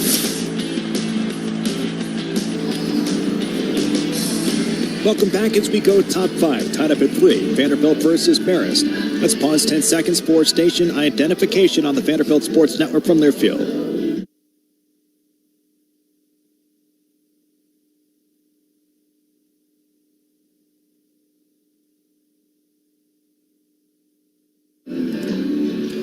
Well, don't forget to check out Martin & Zerfos for your solutions to insurance, risk management, and group benefit needs. Martin & Zerfos, insuring Vandy fans since 1978. We're tied up at 3 as we go top 5. Vanderbilt versus Marist. First pitch by Fennell on its way. Changeup misses low. 1 ball, no strikes. Andrew Allegretti here in the booth alongside John Michael Morris. The 1-0. Misses low. 2 balls, no strikes. At the plate is Drew McGowan. Bottom part of the order. 0 for 1 so far for McGowan. The 2-0. Up and away. 3 balls, no strikes. Gowan currently taking that approach we saw hitters take against Fennell last year, not looking up in the box intentionally. 3-0 pitch. It's a fastball for a strike. 3-1. First time we've seen it this year, but he's just kind of standing in the box, waggling the bat, looking at the pitch clock. The 3-1. Swing and a miss. Fastball. Count goes full. Right versus left. It's a yellow bat here for McGowan. The 3-2. That's swung on. Popped up straight back and foul. And jerseys that look like the Angels. That's a good comp there, Andrew. That's the best comp I've heard from you in a minute. Gee, thanks. The 3-2. Swing and a miss. He struck him out. It's the changeup again for Fennell. Battles back down 3-0 and strikes out McGowan, the catcher. 1 down, top 5. You said it earlier, Andrew. The changeup has been the out pitch for Connor Fennell today, and 3-2. That is tough. That is not fair. First pitch. It's a fastball for a strike to Luke Monaco. Third baseman 0 for 1 so far. I mean, that pitch from Fennell looks like a strike for so long, and then by the time it gets to the plate, it just disappears. 0-1 pitch, up and in. 1 ball, 1 strike. So 7 strikeouts here for Fennell. The 1-1. Off the plate. 2 balls, 1 strike. At least so far through 2 starts. very much Fennel-like statistics. 14 strikeouts, 1 walk. The 2-1. That's fouled off. Right field side out of play. 2 balls, 2 strikes. Yeah, some people on the outside might have worried about a regression with Connor Fennel this year. Just another year in the league. People having more video, more film on him. But so far, so good. Base is empty, 1 down. And Fennel throws to Monaco. Up and in. Did not get him. 3 balls, 2 strikes. Yeah, 84 strikeouts, 11 walks last season for Fennel. The 3-2. That's hit toward the right side. After it is Logan Johnstone at the warning track. He makes the catch up against the fence. So 2 down on the fly ball to right field for Logan Johnstone. Well tracked. Yeah, good jump off the bat there by Johnstone. And that ball started to fade back on him just a little bit, but he made the adjustment on the run back over the shoulder. Was able to make that running catch. I told you earlier on the break that first pitch up and in. 1 ball, no strikes to Bear. Forget Fennel works so fast. It's just hard to get a word in between pitches. The 1-0. That's swung on, popped up foul. We'll talk to you in the bottom of the 5th. Oh, go ahead. I'm going to wait on this pitch now because I know he's going to throw it. Here it comes. The 1-1. That's hit toward the right side. Logan Johnstone is drifting toward the line and makes the catch. I'll talk to you in the bottom half about this, Andrew. Yes, you will. So Vanderbilt takes care of business. Top of the 5th inning with Fennel. Gets 1 strikeout and 2 fly ball outs. We go bottom 5. Tied up at 3. Vanderbilt versus Marist on this Friday afternoon from Hawkins Field. Back after this on the Vanderbilt Sports Network from their field. Coors Light is cold lagered, cold filtered, and cold packaged for a smoother finish. It's got that crisp, refreshing taste that makes every moment cheering on your team even better. Plus, the mountains on the bottles and cans turn blue when your beer is Rocky Mountain cold. So you never have to guess if your Coors Light is ready to drink. So crack one open, take a sip, and enjoy the game. Coors Light. Choose chill. Celebrate responsibly. Only a select few can call themselves Vandy Boys, a proud moniker that's earned through hard work, sacrifice, and unwavering commitment. It means that you're a Commodore for life, ever ready to anchor down. This Vanderbilt tradition is brought to you by Ford F-Series, America's best-selling trucks 49 years straight. Drive F-150, proud sponsor of the Commodores, at your Tennessee Ford dealer, based on 1977 to 2025 total sales. This is head coach Tim Corbin, and you're listening to Vanderbilt Baseball on 102.5 The Game and 94.9 The Fan. Back to the booth and Andrew Allegretta. Vandy wins it! Hey, the Vanderbilt Student Life Center is where Southern hospitality meets global innovation. Learn more at vanderbilt.edu/conferences. That's the home of the Vanderbilt Hall of Fame ceremony later tonight. Congratulations to Tony Kemp, getting inducted later tonight. One of only 4 players to win both SEC Freshman and Player of the Year. Yep, one of the best to ever do it here at Vanderbilt and one of the best guys you will ever meet. Good to have Tony back in the community and around Vanderbilt again now that he is retired from Major League Baseball. Brody Johnston to lead things off. Mike Mancini, Holcomb to follow. First pitch. That's swung on. This is popped up foul. Charlie Condon did it. Hunter Morris did it for Auburn, and Stephen Head did it for Ole Miss. The only 4 ever to win both Freshman and Player of the Year. Not in the same season, obviously different seasons. The only 4 to do it. The 0-1. Outside. 1 ball, 1 strike. 0 for 1 so far for Johnston. Tony was able to carve out quite an impressive professional career for himself as well. The 1-1. Misses low. His Freshman of the Year campaign. Hit .329. No home runs and 34 RBIs. Good luck winning that award today with no home runs. The 2-1. Up and away. 3 balls, 1 strike. If I'm not mistaken, that was kind of part of the dead ball era, right? Just a little bit? It was at the very tail end of it. Like 2014 and then 2015, it switched back to more of a live ball. The 3-1. That spot hit hard foul, third base side. I'd have to go back and pull it up. But Vanderbilt's 2014 statistics, nobody hit double-digit home runs. And they were a national championship team that year. With Dansby Swanson. With the future number one overall pick. That's right. And a couple other pretty solid players on that team, too.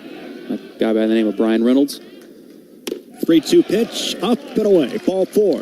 Good take by Brody Johnston, his second base of the ball game, hit by pitch back in the first, and walks to start off the 5th. Boy, the pitch selection from Brody Johnston to this point in the season, what an incredibly noticeable improvement from last year.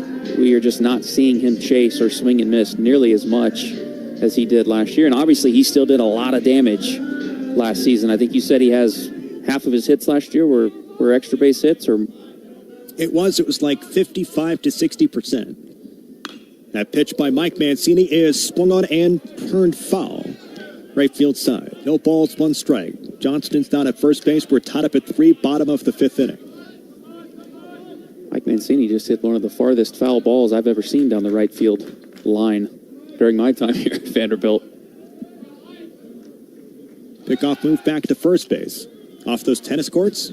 Yeah, to the back side of those tennis courts. Almost got to the 25th Avenue garage. In fact, I think that the fencing of the tennis court kept it from bouncing into the garage over there. No balls, 1 strike. Left versus left the pitch.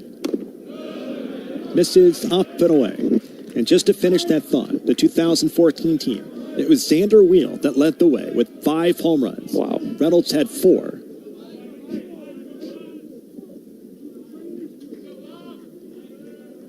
The 1-1. Outside. That is down in the turf. Brody Johnston takes off without a throw as that gets away from the catcher McGowan. Run scoring opportunity for Vanderbilt. Nobody out, bottom of the 5th inning. That's just great anticipation there by Brody Johnston. Just a good secondary and keeping that momentum, keeping the feet moving, keeping the feet hot, like Coach Corbin likes to say. And as soon as he saw that ball bounce away, he was gone. The 2-1. That's swung on a hit back up the middle from Mike Mancini. Brody Johnston turns the corner. He is held by Coach Corbin. Mancini down to first base. Runners at first and third. That was hard hit, and Bear was charging the center fielder. So Corbin holds Johnston at third base. Yeah, sure was. Coach Corbin, you could see he wanted to send Brody Johnston badly, but with nobody out, that's the right call. Hold him right there. You got runners first and third now with nobody out, and the heart of your order still at the plate. Braden Holcomb certainly, we know, can do damage with 1 swing here. All right, so a conversation with Will Taylor. One last note on the end of the dead ball era. That 2014 team, how many home runs do we have right now? 16. Yeah, that team hit 22. For the season? For the season. Wow, that was a different age of college baseball. Ain't that the truth? And that team won the national championship. Dansby Swanson had 3. I mean, none of those guys, Dansby, I wouldn't call him a prolific home run hitter, even to this day. I think maybe his best is 27 in the big leagues, which certainly is. He's got enough pop to hit double digits in college. You would think so.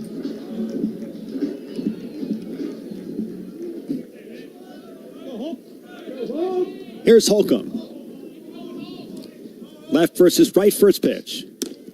Outside corner off-speed pitch for a strike. No balls, 1 strike. Johnston's at third base. Mancini's at first. As the Doors trying to break the tie here in the bottom of the 5th inning.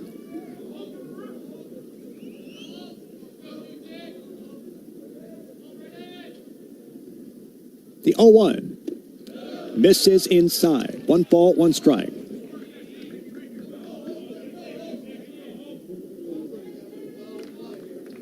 The very next year, in 2015, they hit 69 of them with a very similar roster.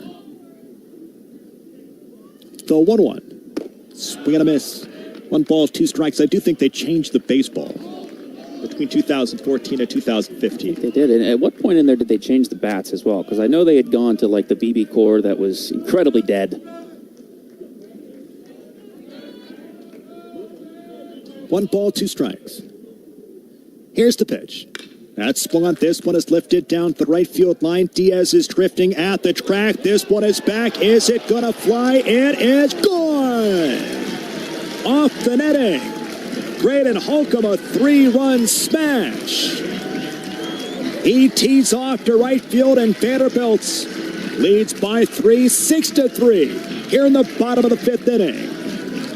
As I said, when Coach Corbin held up Brody Johnston, you got to be careful with nobody out, because you got Braden Holcomb coming to the plate, and we know the kind of damage he can do, and damage he does, a 3-run shot. And we talked about it coming into the year, Andrew, how Braden Holcomb could be one of the guys that benefits from that shorter fence. I don't even think he got all of that one, but that just shows you the strength of Braden Holcomb. Just muscles that ball out, almost right down that right field line, and that got way up the netting out there. First pitch to Whitcomb. That's swung on and sizzled foul. Over the top of number 4. No balls, 1 strike. The thing I was trying to get to when Fennell was going so fast was today feels like the first day where we've kind of noticed the fences being closer this year. We've seen a few fly balls go out there, and you're like, whoa, that was caught out by the fence. There's a fastball up and in. 1 ball, 1 strike. And I don't know, that ball that Holcomb just hit would have been close probably last year. Wall scraper. The 1-1. That's swung on. That's a base hit back up the middle for Whitcomb. Looks at second base, puts on the brakes, and scoots back to first. He's 2 for 3. Nobody down here in the bottom of the 5th inning. Vanderbilt has hung a crooked number and goes for more. Second good swing of the day that we've seen from Matt Whitcomb. He's done a nice job of staying right up the middle of the field so far today to hit a fastball into the right center field gap. His first time for that double that scored a run, and that time he gets an off-speed pitch, and he's able to stay back on it enough, serve it right up the middle for another single. First pitch off the plate to Jensen. Left versus left. So 17 home runs now on the season, Andrew. So we're rapidly closing in on the 2014 team. Like maybe by the end of today. The 1-0. That's up and away. 2 balls, no strikes. Jensen's at the plate. Okay, so you asked me when they went to the BB Corbats. 2011. Home run rates were down 50% in 1 year, from 2010 to 2011. The 2-0. Swing and a miss. 2 balls, 1 strike. In 2015, they made adjustments to the baseball. NCAA moved to the minor league baseball, lowered the seams, less drag on the baseball, and the balls traveled further. The 2-1. Inside. 3 balls, 1 strike.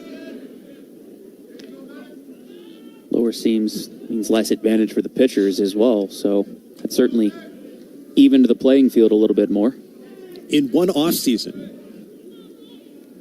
the 3-1.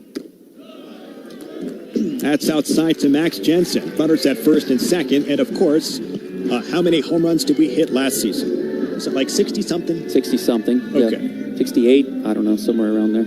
It was a boom for Vanderbilt baseball in 2015 to go from 22 to 69. And we got clobbered, in the Court of Public Appeals for hitting 60-something last year. Right. What a change. Well, how about when we go from 60-something last year to 140 this year? What are they going to say then? We might just smash the program record. We might, because it's 100 even, right? It's 100 flat.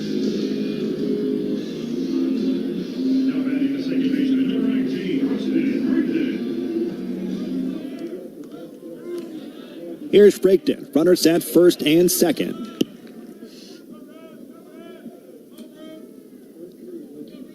Left versus right. Taylor from the stretch. He throws. Shows bunt. Lays it down. Picked up by Taylor. Spins. Nobody's covering first base. There's a hustle to the bag. The throw is not in time. The second baseman, Bratz, never got his foot to the bag. Bases loaded here for the Doors. Just a breakdown in butt defense here from Marist, and they're going to challenge, but that's interesting because I don't think it was close. The players didn't want to challenge, and the bench decided they were going to challenge. So I wonder if there's any question about the path that Rustin Rigdon took to the bag. I mean, there's no doubt in my mind that his foot was not on the bag. He did get to the green. I get it. He did get to the green. But he was not running the bases in that line that he's supposed to. So I don't know if he's going to get called on that. Because there's no doubt in my mind that the foot of Bratz was off the bag at first base. There is no doubt about that, and I'm wondering if Marist's bench could not see that the foot was not on the bag, because the first baseman was waving the bench off, saying, no, don't challenge, and then as soon as they decided to challenge, he kind of shrugged his shoulders like, oh, man, we're going to lose this thing. So I think because the throw looked like it beat him, and had he been on the bag, I think he would have been out, but it very clearly looked to me like the second baseman missed the bag. Rustin certainly hit the green. And I'll tell you this, too, because obviously we had this situation versus TCU. Regardless of this call here, I'm going to want some clarity on when the runner has to be in between those two lines. That running box, yeah, for sure. All right, so we've got a decision here. They say he's safe. Yeah, so obviously the fact that Rigdon was out of the baseline didn't matter there. I don't know if it actually they were looking at that. I don't know that they were, but he was certainly out of the baseline. Yeah. Like he was not between those two lines, the runner's lane. But Marist challenged the play at first, not whether he was out of the baseline. And I don't know how much control the umpires have to go look at something else. Correct. I don't know. Here's Corbin Reynolds. Bases loaded. Nobody out. First pitch. It's a changeup. Drops in there. First strike. No balls, one strike. 0 for 2 so far for Corbin Reynolds. The kid from Clarksville. I feel like he's been close on a couple swings today. Sure has. The 0-1. There's a check swing. Misses low. 1 ball, 1 strike. As Coach Corbin told us, a strong kid. Really compact swing. Very mature. Especially as a freshman. Incredibly mature. And has been that way throughout high school as well. The 1-1. There's a strike outside corner. I guess Coach Corbin in classroom maybe today challenged him. Are you tough enough to be part of this program? He said yes. And Corbin said, good, because you're starting today. Something to that effect. I was there. The words were something like that. The 1-2. Swing and a miss. It's a drop. Third strike, but the bases are loaded. And Reynolds does strike out for the first out on that breaking ball. That time we just saw the freshman expand the zone a little bit there. A pitch, never really a strike, and bases loaded, nobody out. Freshman at the plate. I'm sure the adrenaline was pumping a little bit, and Corbin, a little out of characteristic chases there. All right, so new pitcher here for Marist. We'll step aside, come back in just a couple of seconds. Bases are still loaded. 1 down, bottom of the 5th inning. Vanderbilt so far has put a 3 spot on the board, a 3-run shot for Holcomb. His 3rd home run of the season, and Vanderbilt's 17th on the season. We'll step aside, bases loaded, 1 down. We continue bottom of the 5th after this on the Vanderbilt Sports Network from Learfield. Vanderbilt Business offers degree and certificate programs designed to help you gain the knowledge, connections, and confidence to achieve your unique goals. We're committed to creating opportunities for you to discover, grow, and thrive at every stage of your career, whether you're just starting out or working your way to the C-suite. Let our dedicated staff and faculty help you take the next step in your professional journey. Visit vanderbiltbusiness.com/anchor down today. That's vanderbiltbusiness.com/anchor down.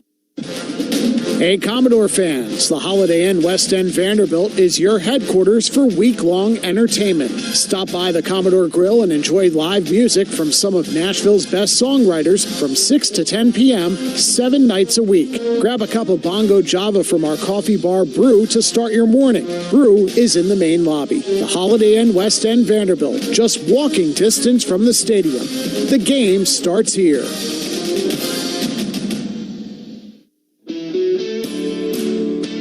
Nashville, there's a new way to cheer on the Commodores. Jackalope Brewing Company is proud to brew Conquer and Prevail Pale Ale, Vanderbilt's craft beer collaboration with Jackalope Brewing Company. Stop by Memorial Gymnasium, the Jackalope Brewing Company tap room, or your favorite local beer store and ask for Conquer and Prevail. Crafted in Nashville, built for good times. Please enjoy responsibly. 21 plus.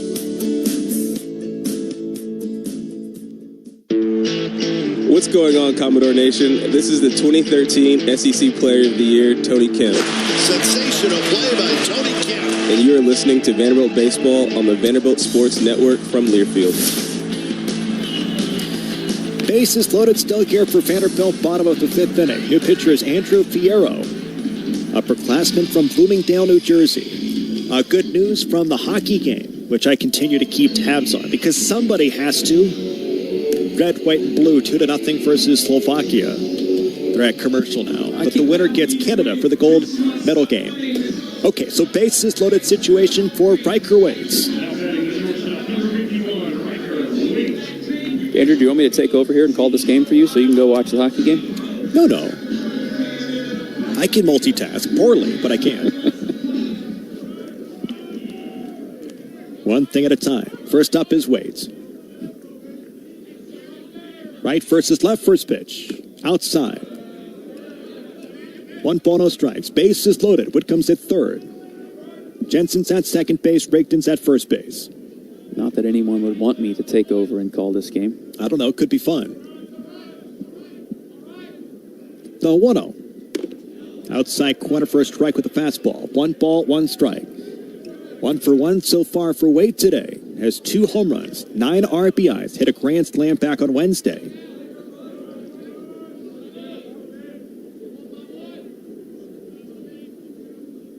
The 1-1. Big looping breaking ball up and away.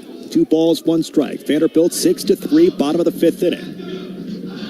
A 3-run home run from Holcomb that we found out went 338 feet. Sure did. Which could have been gone last year. Been close. The 2-1. That's swung on. This is popped up and flared left side. It's out of play.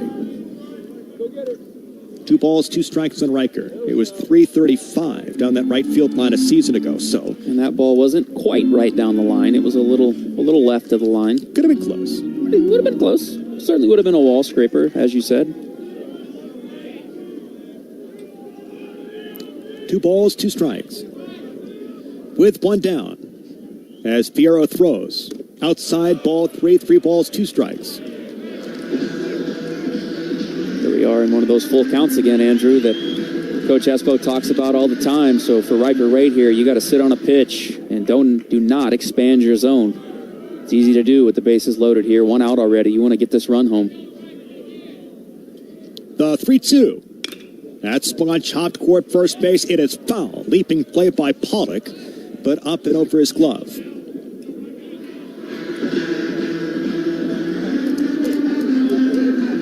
Singled back in the 2nd. Walked back in the 4th.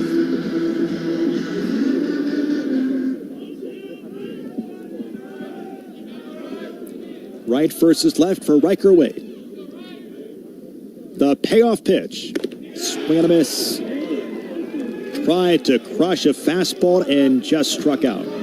Fastball at 91, outside part of the plate, swung out of his cleats.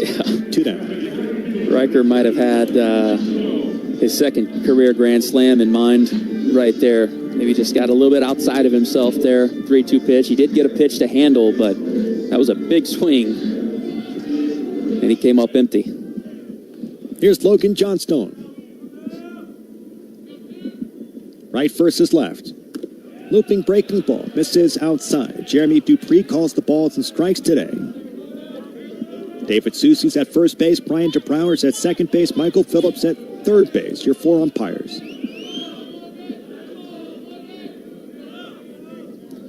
One ball, no strikes. And the pitch.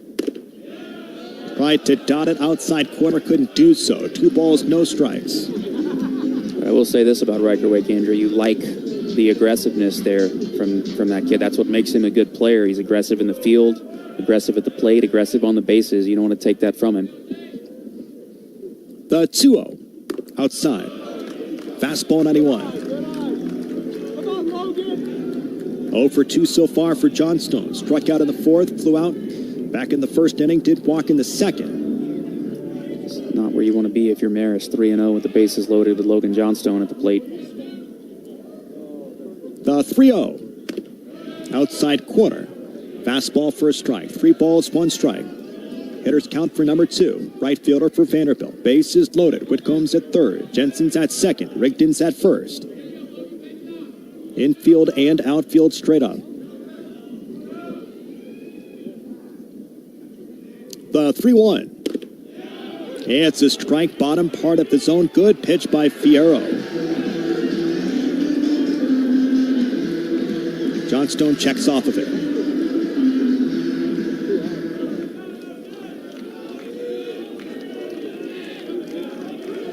Bases loaded, payoff pitch with 2 down. He throws. Inside, ball 4. Whitcomb scores from third base. Johnstone picks up the RBI, his 5th as a Vandy boy. And the bases remain loaded for Brody Johnston. Well, you knew of all the guys on the roster, Logan Johnstone, probably one of the most unlikely to expand his zone there. So when they fell behind 3-0 on him, it was going to be tough to come back and dig out of that hole. And he patiently took 2 strikes. Second one was probably borderline. And that time, the 3-2 pitch, nowhere near. Bases loaded for Brody with 2 down. First pitch. Breaking ball, swing and a miss. Just out in front of it. Foul tips it a little bit. No balls, 1 strike. And I think that clipped the umpire, Jeremy Dupree. Yeah, I think it did. And Brody also just missed hitting this baseball about 430 feet as well. That was a hanger. And boy, did he have a hack on it. I bet Brody wishes he could have that pitch back. Our outstanding athletic trainer, Chris Matarazzo, out to check on our home plate umpire. Does a great job. Look at him. He's looking sleek today in all black. Got those nice, clean white Nikes on. The sunglasses. Look good. What is it? Look good, feel good, train good. All right, so Dupree looks like he's okay.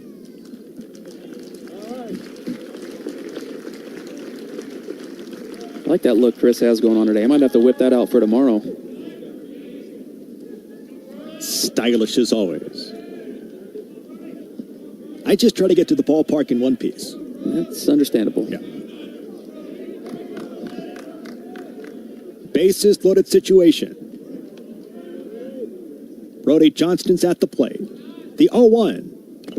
Another hanging breaking ball, and Brody just missed it a little bit better that time. No balls, 2 strikes, 2 down. That one didn't hang on the inner portion of the plate quite as much, but still up in the zone. Brody took a big hack. No balls, 2 strikes, 2 down. Here's the pitch. Up and in, fastball. Good job by Brody checking off that pitch right there. Back-to-back breaking balls up in your eyes. And then they go heater at 91, in, off the plate, and up. Again, we talk about how hard it is sometimes to lay off that pitch up in the eyes with 2 strikes. You see it better than anything else. The 1-2 with 2 down. He throws. That spot hit toward the left side. It's a base hit. That scores 1. It might score 2. Here comes Rigdon. He is safe. The throw from left is cut off. Jensen and Rigdon score on the single by Brody Johnston. It looked like they went back to the breaking ball again. This one again hung up in the zone and actually in and off the plate. Brody got jammed a bit, but Brody Johnston, he's a strong, strong man and plenty of strength to muscle that ball out over the infielder's head between short and third base. Scoring 2. Rooster Rigdon came barreling home and scored standing up. So Vanderbilt has scored 6 runs here in the bottom of the 5th inning. Leads 9-3 versus Marist. Brings us to Mike Mancini, right versus left. First pitch. Fastball misses off the plate outside, 1 ball, no strikes. That's a big 2-out hit, though, by Brody as well, picking up his teammates Riker Waite and the freshman Corbin Reynolds. He had bases loaded, nobody out. It would have stung to not pick up anything else there. Brody bailed him out. No doubt 5 for 10 with runners in scoring position today. Inside, misses, 2 balls, no strikes. Fastball at 90. Andrew Fierro on the mound here for Marist.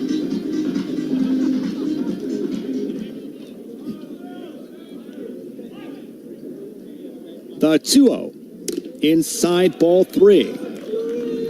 That's so demoralizing to the opponent as well when you are a strike away from getting out of a big situation. You know, you can take some momentum, even though you've already given up the 3 spot in this inning. Take some momentum back into the dugout, and now Brody breaks that up, and now it's a 5-run inning, 6-run inning, actually. The 3-0. Mancini swings and pops it up. It's off to center field. Bear might be struggling some. Does make the catch. Has to contort his body down by his head. Struggled. Battling the sun. Mike Mancini on go with a 3-0 count and pops out to center field. It's a pat on the back from Jason Esposito, but Vanderbilt scores 6 in the bottom of the 5th inning. Takes a 9-3 lead on a 3-run home run by Braden Holcomb and a 2-out base hit that scores 2 by Brody Johnston. Back in just a couple of seconds to Hawkins Field after this on the Vanderbilt Sports Network from their field.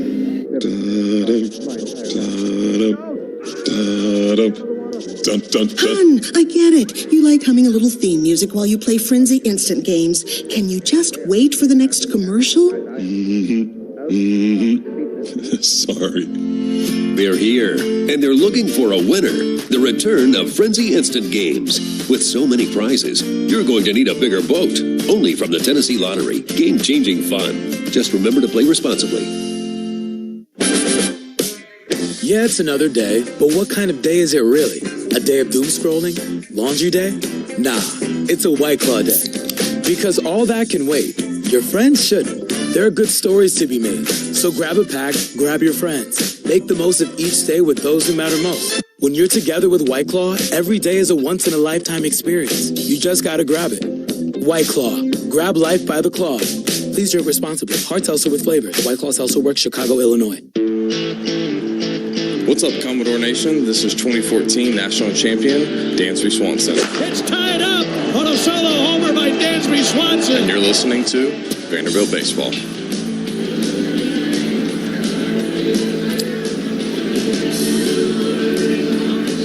We go top of the 6th inning. Vanderbilt 9-3 versus Marist. New pitcher for the Doors. Touch on that in just a second. The Tennessee Lottery is proud to have raised more than $8 billion to support education programs in our state. Plus, White Claw, grab life by the claw.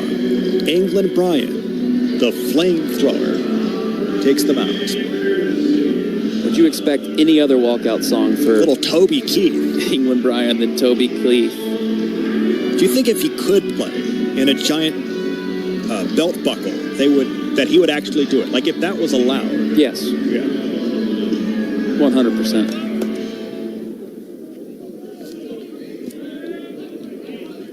One of the nicer and more fun guys on the team. Here's England Bryan. First pitch.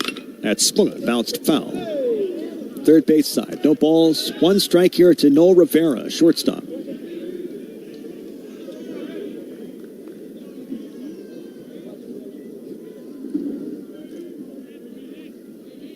The 0-1. There's a breaking ball back up the middle. Wait, will try to dive. Can't get there. And it's a base hit for Rivera. Jumps on the breaking ball. Leadoff base hit for Marist. 9-3 Vanderbilt. Not the most hard hit ball that you will see. Got a 12 hopper up the middle, but Riker Waite looked like he was swung just a little bit over there in that 6 hole. Had a long way to go to try and get to that ball. 2 seam, 4 seam, splitter and slider for England Bryan. First pitch, inside to A.J. Brotz, the second baseman.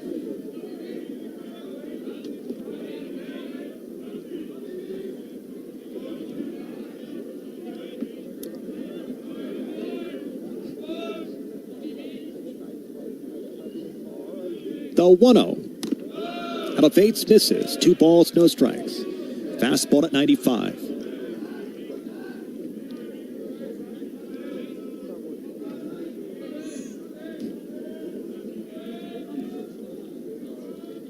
From the stretch for Bryan.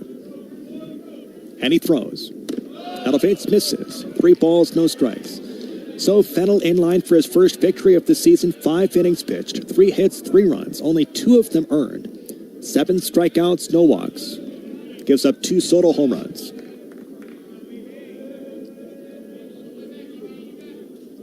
The 3-0 shows bunt, pulls back, it's a strike. Fastball 95.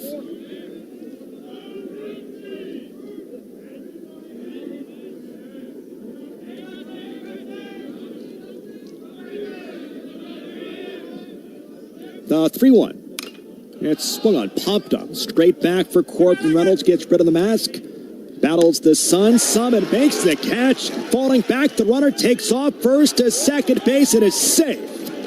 Ooh, good awareness by Reynolds to pop up and throw down to second base, nearly got Rivera, who's shaken up a little bit as he kind of tries to shake out his wrist and his fingers. What a play by Reynolds. Yeah, great job by Corbin Reynolds, the freshman, staying with that ball. He's got to contend with the boundary there. That ball coming back, the wind blowing, pushing out that way just a little bit, but also the natural backspin on the baseball. Didn't even drop the mask, kept it in that right hand, is able to make the catch, and good heads-up base running by Rivera, seeing Reynolds go down to make that catch and tagging up and getting to second base. It's good baseball all the way around. Good defensive play, good base running. Looks like Vanderbilt wants to double-check to see that Rivera left on time as they go to first base. He did. You know, I was wondering because I looked up after Corbin made that catch, and I'm like, he's a long way down towards second base. It seemed like it all happened a little too fast, but at least we know now. The pitch to Lincoln. That's swung on, bounced toward the right side. Gloved by Rigdon on one hop, throws off to Jensen, 4-3. Out number 2. It sounded like that ball get in on the fist there of Lincoln. That hard fastball of England Bryant at 95 ran in on the hands. Easy one hopper out to Rooster. Up next is Lawrence, right versus left. The pitch. Up and away. 1 ball, no strikes. A fastball at 96 for England.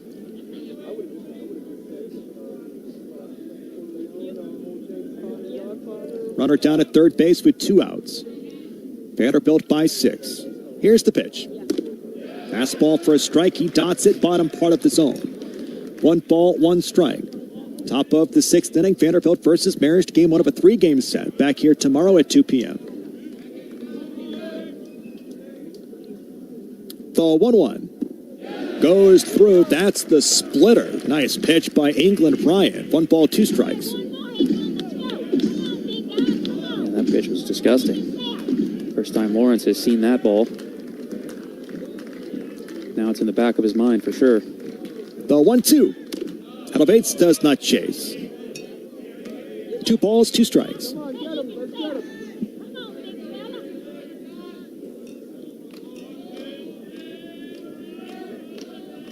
With 2 down. Bryant throws. That's the splitter again. Does not offer at this pitch. 3 balls, 2 strikes.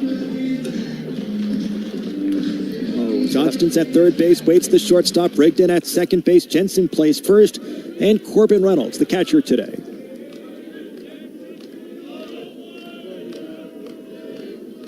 The 3-2. That's swung on. That one is hit high and deep to right center field. Logan Johnstone is back, and it is gone. Got a fastball up in the zone, and Lawrence goes deep. A 2-run shot makes it 9-5. Yeah, that was just a mistake by EB there. As you said, fastball up in the zone. That was pretty much center cut, though it was 95. But again, when you're sitting on a particular pitch, regardless of the velocity, these guys will catch up to it when it's center cut like that. And that was belt high.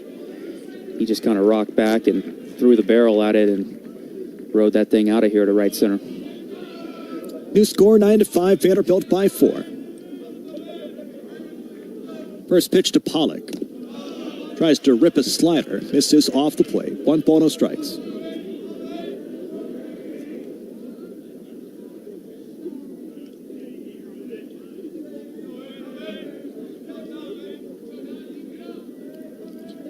The 1-0. Swing and a miss. 1 ball, 1 strike. Slider again.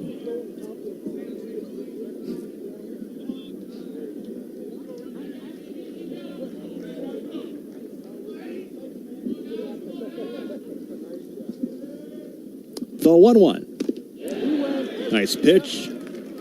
Another slider. So 3 consecutive sliders, gets the strike. 1 ball, 2 strikes.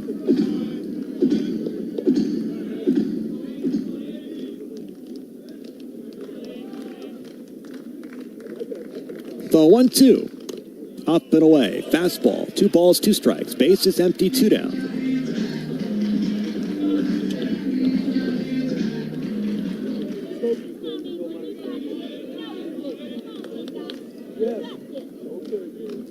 Right versus right for Bryant. The 2-2. That's swung on, hit back up the middle. It's a base hit for Pollock. So a 2-out single for Marist. Like that was maybe the slider this time from England. And it was, and again, just up in the zone. Not getting it down where Corbin Reynolds was set up.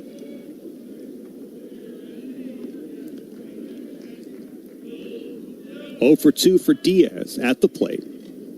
Swing and a miss. That's the splitter that time. So balls, 1 strike, 2 down. So back-to-back hits for Marist with 2 outs. A 2-run home run and a single. Misses low. 1 ball, 1 strike, 2 outs. Right versus left.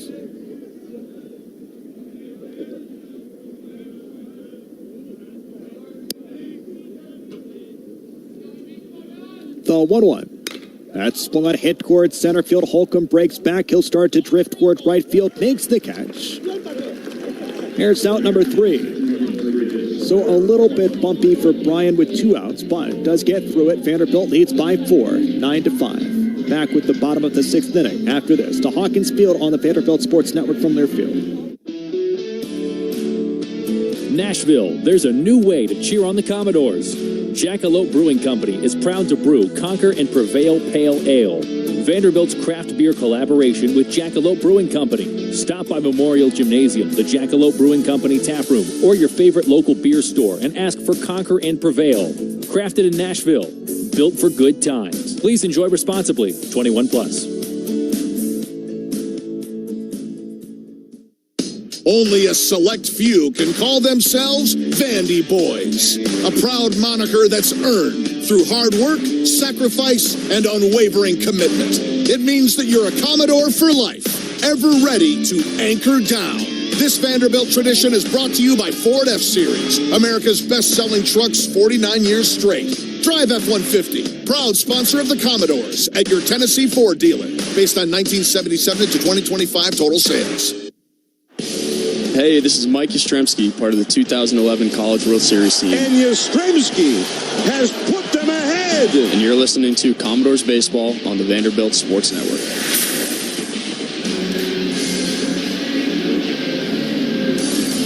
Welcome back, bottom of the 6th inning. Andrew Alec here alongside J.M. Morris. Jackalope Brewing Company is proud to brew Conquer and Prevail Pale Ale, Vanderbilt's craft beer collaboration with Jackalope Brewing Company.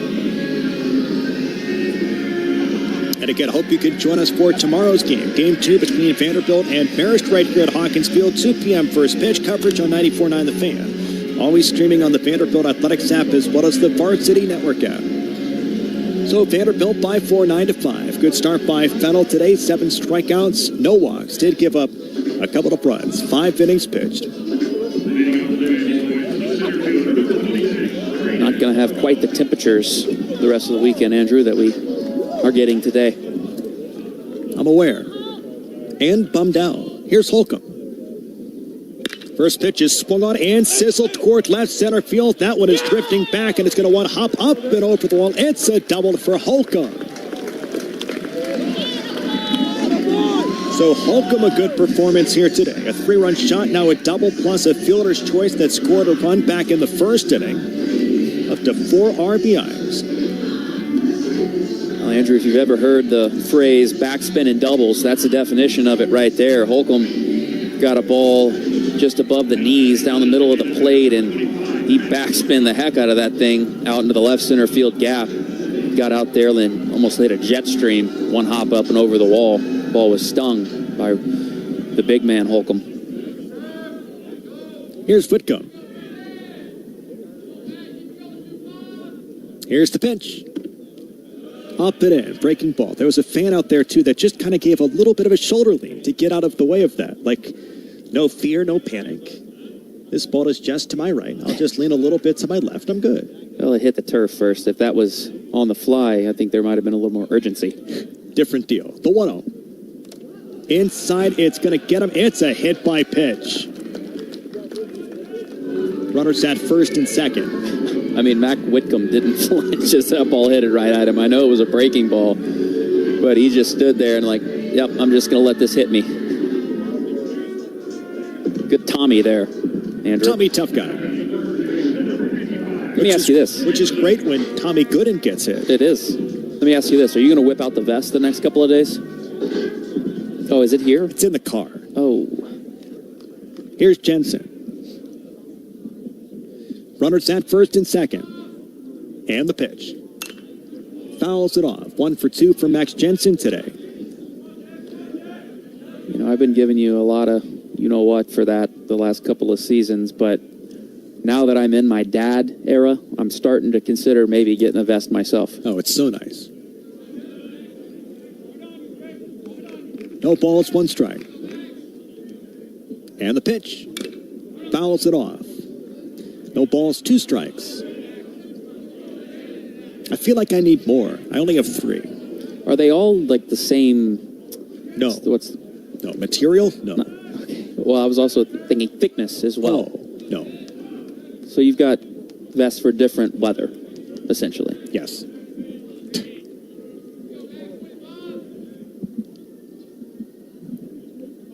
The 0-2. That's swung on a hit toward the right side. Knocked down by the first baseman. Pollock flips off to the pitcher. They've got him on a 3-1 putout, but both runners advance, so 1 down. Max Jensen does do a good job, takes it toward the right side. And Rustin Rigdon has runners at second and third. I've got 2 that are the same, and then 1 that's a little bit different. Same in terms of thickness? Yeah, material and thickness. But different colors, I assume? Yes, all 3 different colors. So you've got options. I do. When you wake up in the morning, you pop open that closet and you got vest options. Who doesn't? I don't. I need to change that though. Here's the pitch. Breaking ball is outside. All right, so a chance for Vanderbilt to counter those 2 runs from Marist back in the top of the 6th inning. We're in the bottom of the 6th inning now. You've got Holcomb at third base. Whitcomb's at second base for Rigdon. Here's the pitch. Breaking ball drops outside corner. It's a strike.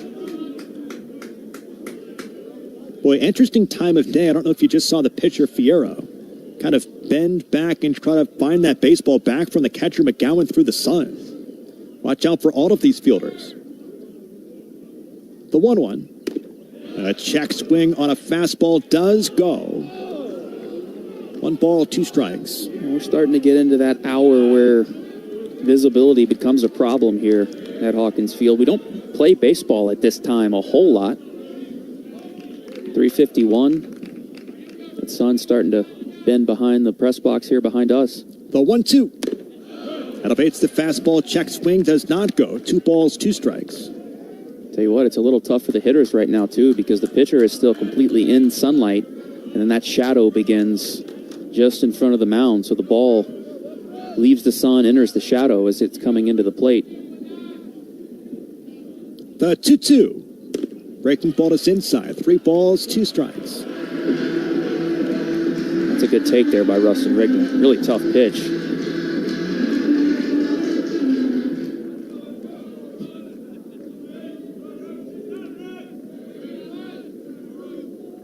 The 3-2. It's swung on, bounced third base side and foul. Is the rooster head new? Front row, off toward the right. Is that new? They were the Schreck masks when R.J. Schreck was here. Is You're that right. new? I think so. I don't recall seeing that rooster head last year. That's terrifying. He's got his own merch line, too. I don't know if you've seen the rooster. I have. I haven't gotten any yet. I got to get some. That's terrifying. Schreck was fun. This is... Yeah, that might make our kids cry. Yes, I think so. The 3-2. That's swung up, bounced toward third base. The throw is coming home. The tag is on, and they got him. Did he get the out at first base? They said yes. It's a double play. We don't see that often. Good play by Pollock. No, you don't. So Holcomb tries to come home on that hard hit ground ball to first base. Pollock tags the bag at first, throws home, and they get Holcomb. Vanderbilt will strands. A couple of runners. We go top 7, 9-5. Close play, close. But a couple of outs there for Vanderbilt, and they're off the field. We go top 7, back after this on the Vanderbilt Sports Network from their field. Yeah, it's another day, but what kind of day is it really? A day of doom scrolling? Laundry day? Nah, it's a White Claw day. Because all that can wait. Your friends shouldn't. There are good stories to be made. So grab a pack, grab your friends. Make the most of each day with those who matter most. When you're together with White Claw, every day is a once-in-a-lifetime experience. You just gotta grab it. White Claw. Grab life by the claw. Please drink responsibly. Hard seltzer with flavor. White Claw Seltzer Works, Chicago, Illinois. You can't always predict what's next, but you can be ready for it in a BMW SUV. The performance-driven X1 comes built for every journey, while the X3's sporty design and innovative technology keep your drive connected. The X5 blends performance with a commanding presence, or make it even bigger with 3 rows of luxurious seating in the X7. For every road, there's an X built to drive it. BMW, the ultimate driving machine. Take advantage of exceptional lease offers today.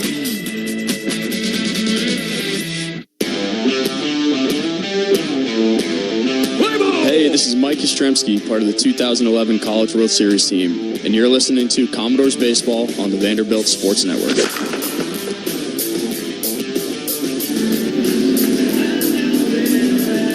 Welcome back as we go top of the 7th. Perhaps a missed opportunity for Vanderbilt, certainly to score some runs.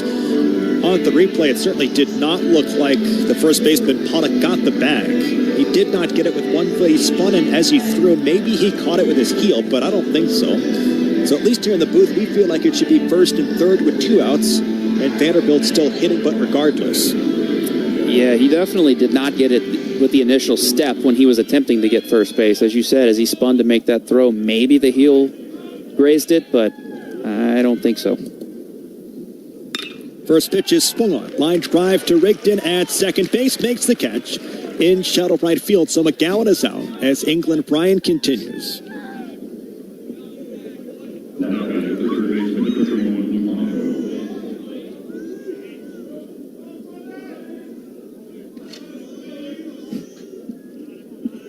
Here's Luke Monaco. First pitch. Up and in. 1 ball, no strikes, 1 down. Base is empty. Vanderbilt 9-5. Vanderbilt looking for its 4th victory of the season. At 3-2 so far. The 1-0. Swing and a miss. Nice slider. 1 ball, 1 strike. Of course, Vanderbilt certainly challenged itself that opening weekend. The 1-1.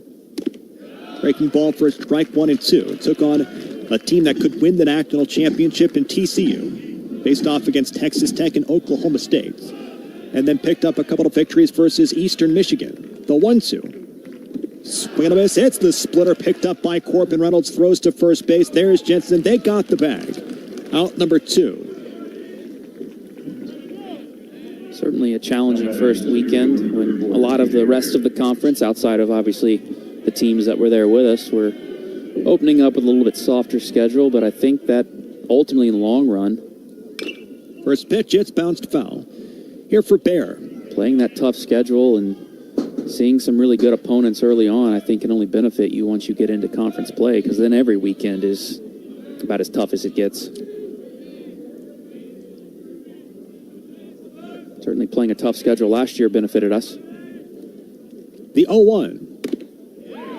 It's a strike outside corner. No balls, 2 strikes. It does not stop because Vanderbilt heads to Las Vegas next weekend. Yeah. Games against UC Irvine. They're top 25, I think. You've got Arizona in the mix. They're always good.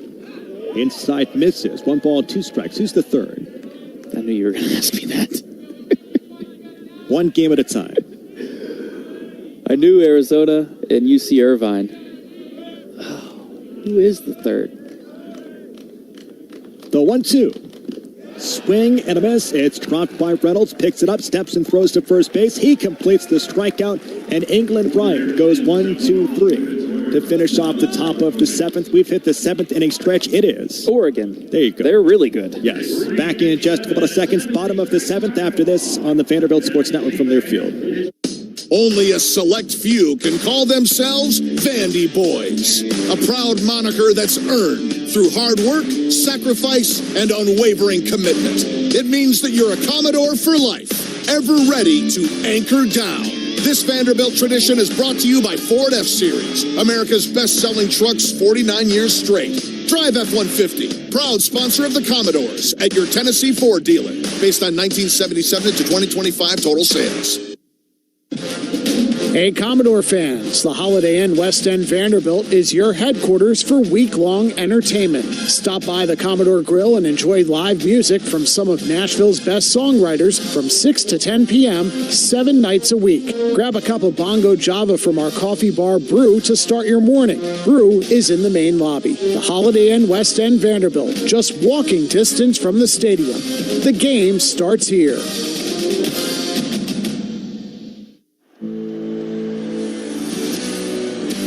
Hey, this is Nate Bargatze, and you're listening to Commodores Baseball on the Vanderbilt Sports Network from Learfield. 27 outs, Vandy wins it. Go Doors. Bottom of the 7th inning, 9-5, Vanderbilt by 4. Let's pause 10 seconds for station identification on the Vanderbilt Sports Network from Learfield.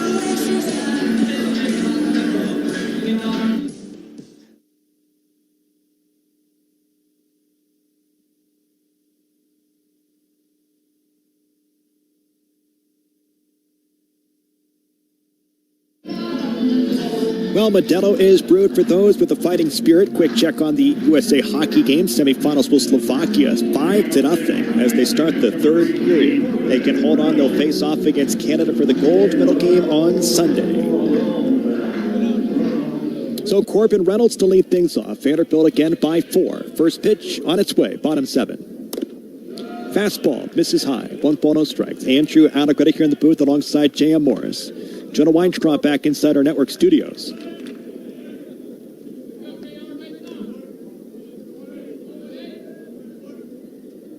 The 1-0. Inside, it got him. Is it a hit by pitch? Yes.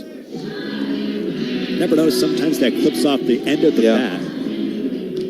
Hit by pitch there for Reynolds.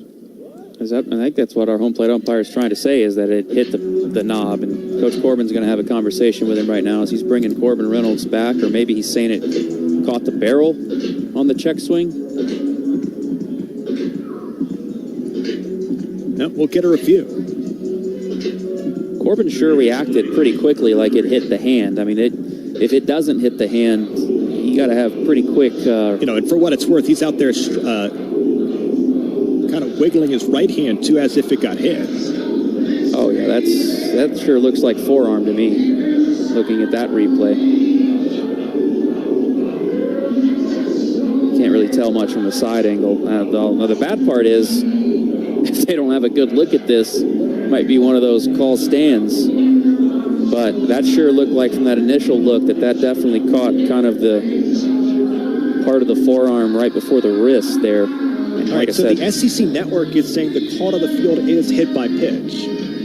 So if that's the case, I do feel like it has to stand, right? To your point, call on the field stand sorts of thing. I think they might have that wrong, though, because it sure looked like the umpire was calling Corbin Reynolds back. I was unclear, yeah. And I don't know why Corb's would have been talking to the umpire if that was...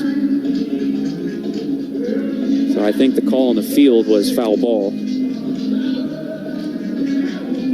Look up on the video board and just see their plays dissected, frame by frame. I mean, it's got to be a trip. Yeah.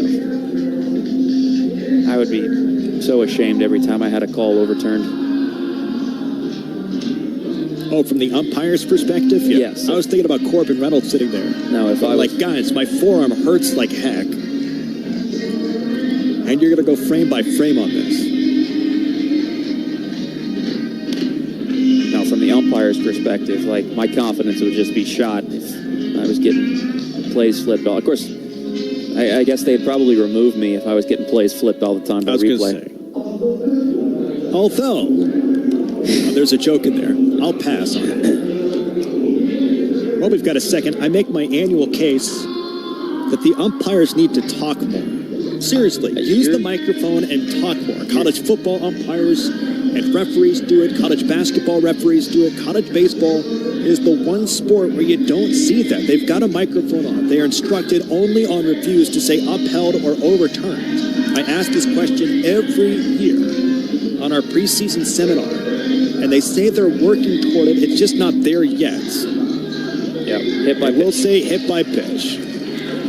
And our home plate umpire quickly puts his mask back on so that nobody can see his face. See, that would be me. Look, it's a brutal game. Like, it really is. I do think being an umpire or referee is so challenging. Oh, it is. But my point is always that you can alleviate some of the stress and the guessing that we all do in the stands and watching and listening by just using the microphone that you've got to explain yourself. No doubt. Kind of like the R.J. Austin play. You remember that from 2023, I think it was?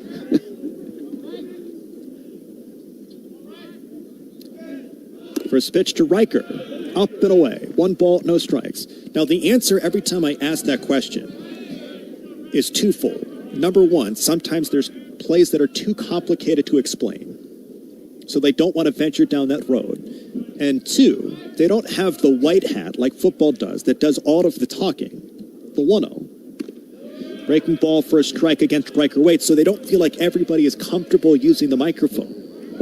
Again, they say they're working toward it. Personally, I wish we would work a little bit faster toward it, but they say they're getting there. The 1-1. There's a breaking ball. It's off the glove of McGowan, and Corbin Reynolds goes down to second base, 9-5. But that R.J. Austin play is a perfect example of when it would have been beneficial. For sure. I still don't know what happened on that play. I'd have to go back and watch. Was it caught? Did it hit the fence? Where do the runners need to go? It was a mess. The 2-1. That's swung on. That one is flared out toward left field for Lincoln. Makes the catch. Out number 1. If I remember correctly, I think Bradfield scored. It was off the fence, and then 2 outs were recorded. 1 at first base. Wasn't there a question as to whether it was caught or whether it hit the fence? And because I think the outfielder for Georgia, right? Was that who we were playing? South Carolina. Caught the ball after he hit the fence and was falling backwards. Here's Logan Johnstone. That misses low. And the question was, did it hit his glove and then pop up and then he caught it on the... Massive confusion. Yeah, it was off the fence. And the guy that was at first base, the umpire, did signal, but he was not demonstrative in any fashion. So none of the runners could tell what was going on. The 1-0. That spawn bounced toward the right side. This is played by Bronx. Throws off to first base. It's 4-3. So Bradfield was at third. He did eventually score to make it a 5-4 game. They took the run off the board and they put it back up. That was part of all of the confusion. One of the outs was on the bases, I think for 2 runners being on the same base at the same time or perhaps passing each other. And then the other out was R.J. Austin vacating the base at first. So he became out for that. But all of that could have been explained. Sure could have. And instead we got really frustrated in the stands because nobody knew. Here's Brody Johnston. First pitch. Outside. 1 ball, no strikes. Instead, we're still up here 3 years later dissecting it. We do a preseason umpire's call. And I asked that question in 2024 as well. Like, what was going on there? The 1-0. That swung on. That one is hit hard down the left field line. This one is foul. Or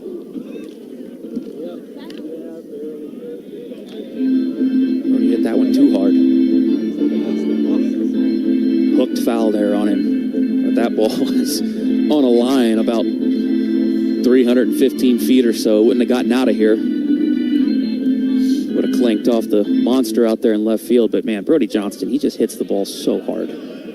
Look where the third baseman's playing, Andrew. About as deep as you'll see a third baseman play. And trying to cover up that line. Reynolds at third. 1 ball, 1 strike with 2 down. Here's the pitch. Outside. 2 balls, 1 strike.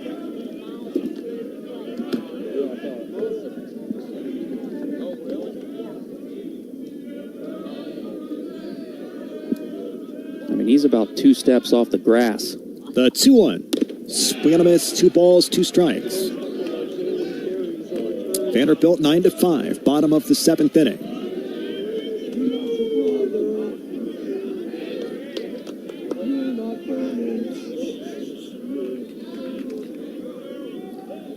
The 2-2. Breaking ball is up. 3 balls, 2 strikes.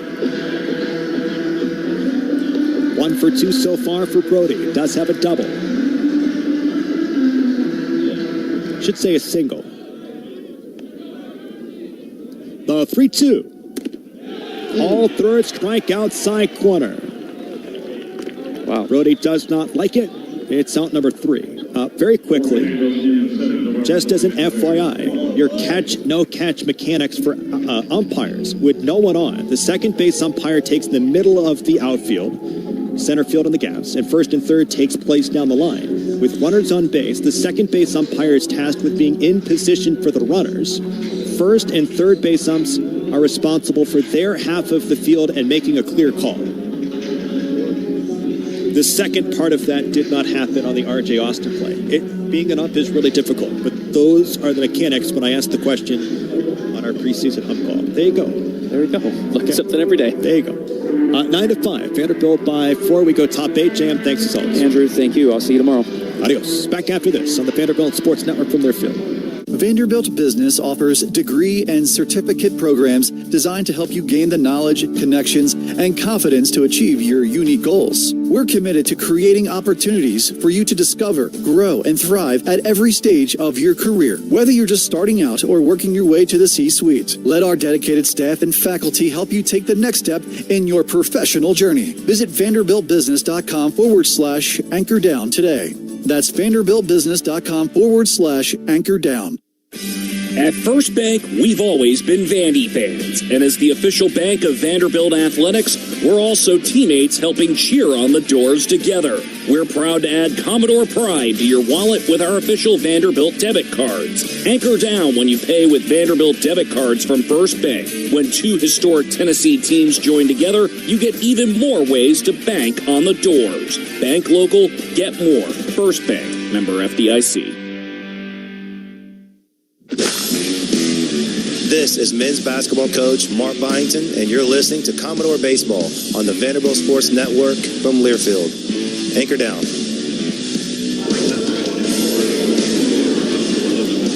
Welcome back as we go top of the 8th inning. Andrew Alec here in the booth. Jonah Weintraub back inside our network studios. Vanderbilt by 4, 9-5.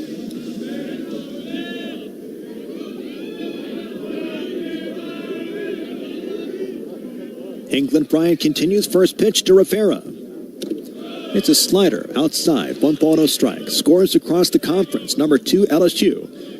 In Jacksonville takes on Indiana today. Top of the 8th inning, 8-5. LSU, who's still undefeated, leads by 3. Nice pitch. It's a swing and a miss by Rivera. 1 ball, 1 strike. At home for number 14, Georgia today versus Samford. Top of the 7th inning. 9-1 for Georgia.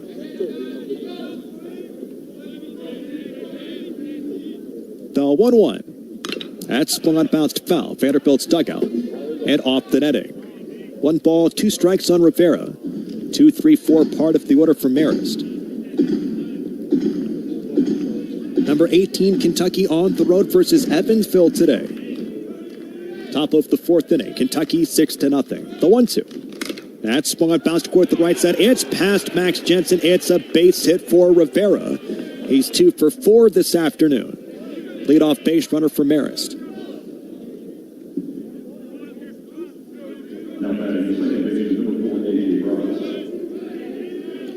Arkansas is at home today. Number 8 in the country, bottom of the 4th inning versus Xavier. It's 3-0 for the Hogs. And Tennessee's at home. Bottom of the 2nd inning versus Kent State, scoreless so far. Here's the pitch. And Bratz takes a strike, a slider. No balls, 1 strike. Elsewhere, Ole Miss at home versus Missouri State. Top of the 1st inning. They're scoreless. Bottom of the 1st inning in Alabama versus Rhode Island. The Tide and Rhode Island scoreless. The 0-1. Runner goes. It's swung on. Fouled off. So Marist looks for the hit and run. No balls, 2 strikes on Bronze.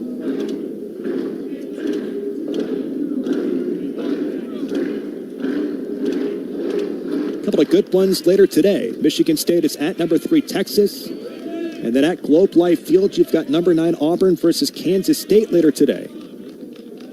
The 0-2. There's a call, third strike, bottom part of the zone. Nice pitch. That's the splitter by England Bryant and strikes out Bronze.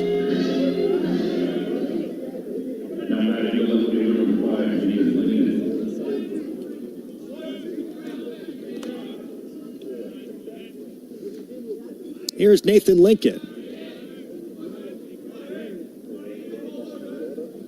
Pickoff move back to first base. Rivera's safe. Defense for Vanderbilt with those white uniforms here today. Black pinstripes. You've got Johnston at third base. You've got Waite, the shortstop. Rustin Rigdon's at second base. Jensen's at first base. Corbin Reynolds, the catcher today. Here's the pitch. That's spun, grounded toward the right side, picked up by Riggin, goes to Waite for one. The spin to first base. It's a double play. Lincoln grounds into the 4-6-3 double play to finish off the top of the 8th inning.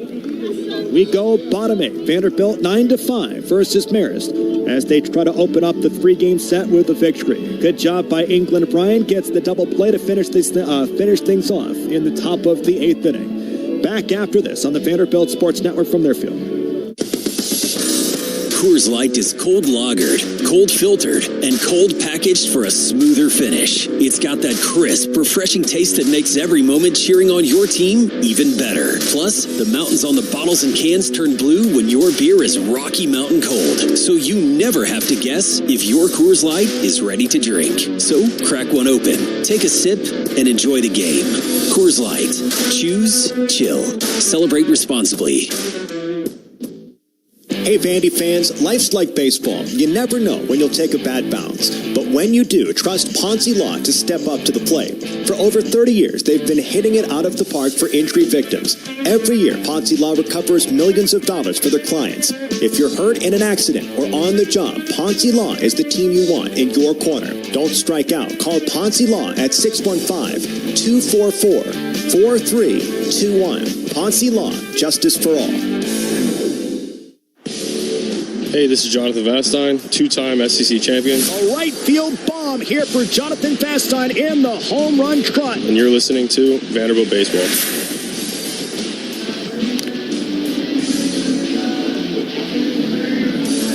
Best of luck to all of those former Vandy boys as they get going throughout the course of 2026, whether it's Jonathan Vastine, whether it's Yastrzemski, whether it's Walker, Bueller, take your pick. Best of luck to all of those guys. Sonny Gray, of course. Hope you can check out Vanderbilt men's basketball tomorrow. 1 p.m. tip-off time against Tennessee. Mike Mancini to lead things off.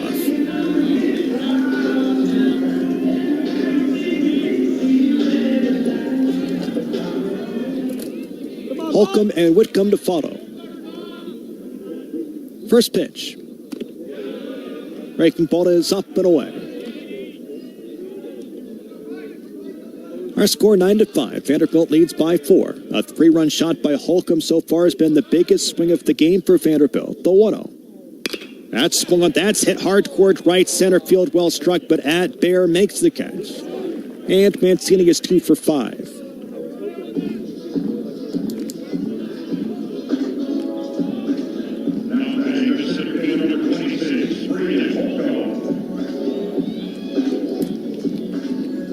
Here's Holcomb. Right versus right. First pitch by Fierro. Off-speed pitch, up and away. 1 ball, no strikes. The changeup that time. Some light cloud cover here at Hawkins Field. Wind drifts off towards center field, a light breeze. The 1-0. Breaking ball, it's a strike outside corner. 1 ball, 1 strike. You can feel the temperature starting to drip a little bit. Up in the 60s here today. Whitcomb's on deck for Vanderbilt. The 1-1. Here's a fastball outside corner. Gets the call. Holcomb doesn't love it. It's been a bigger zone throughout the course of the afternoon by Jeremy Dupree. 1 ball, 2 strikes. Right versus right. Base is empty. He throws. That's swung on base hit right back off the middle for Holcomb. His 3rd hit of the game. Just a triple shy of the cycle if he comes back up again.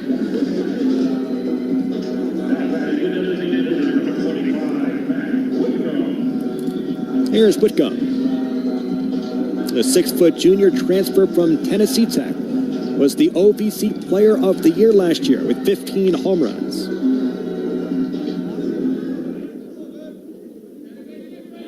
Two for 3 today.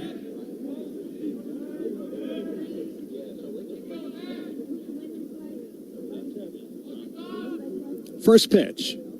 There's a fastball up and in. 1 ball, no strikes. Well, Connor Fennell got the start today. 7 strikeouts, no walks. Did give up 3 runs. But he is in line for his first victory of the season.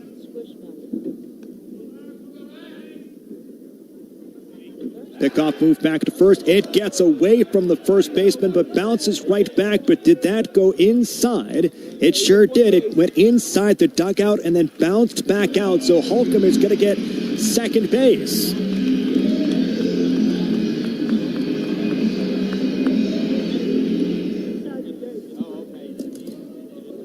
E1 on Fierro. And Whitcomb has the opportunity to drive in Holcomb.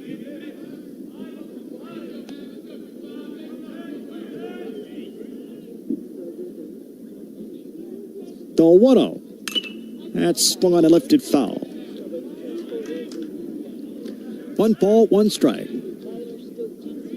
Batting .364. The 12th at bat for Whitcomb.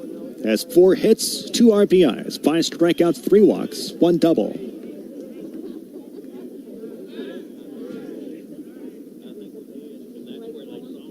The 1-1. Breaking ball is bounced foul. 1 ball, 2 strikes.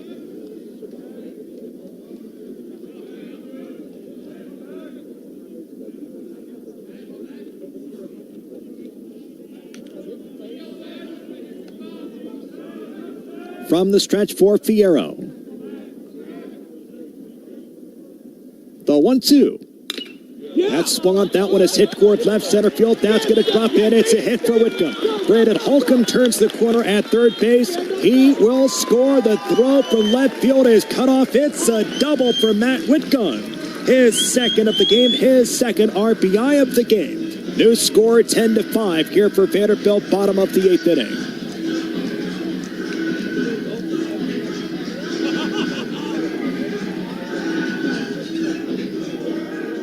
By Coach Shackelford. I think he's going to check on his left fielder, Lincoln.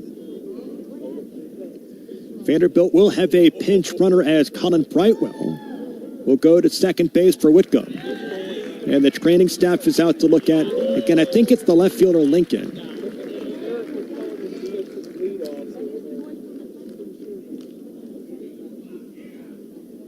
All right, so fingers crossed for him.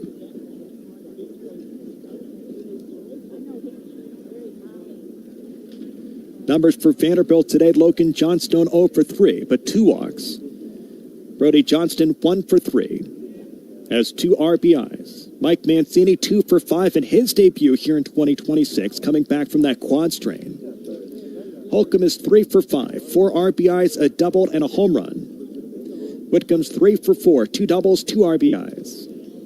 Jensen 1 for 3, picked up an RBI. Raikden's 2 for 4, scored 1 run. Reynolds 0 for 3 today. Riker Waite 1 for 3 with a walk. All right, so Coach Shackelford and the training staff for Marist, they exit the field. By the way, that's someone with a history with Vandy boys.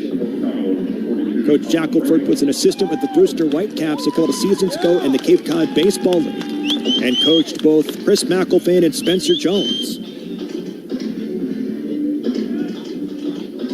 All right, so Brightwell's at second base. Jensen's the hitter for Vanderbilt.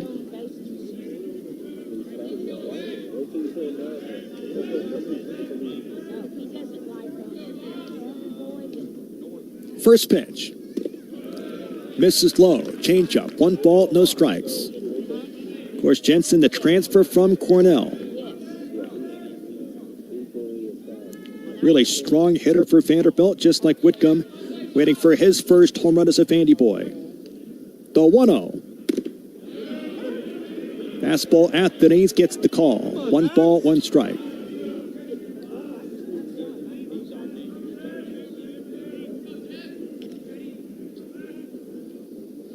Vanderbilt by 5. Here in the bottom of the 8th inning. And Fierro throws. That's swung on, hit toward the left side. It's a base hit for Jensen. Brightwell is held at third base. Jensen's at first base. Runners at the corners with 1 down for Rustin Rigdon. Brightwell is really fast. Maybe he could have scored on that play. Looks like another substitution here. Another pinch runner for Vanderbilt. It's Cade Sears. A ton of speed on the bases here for Vanderbilt, bottom of the 8th inning.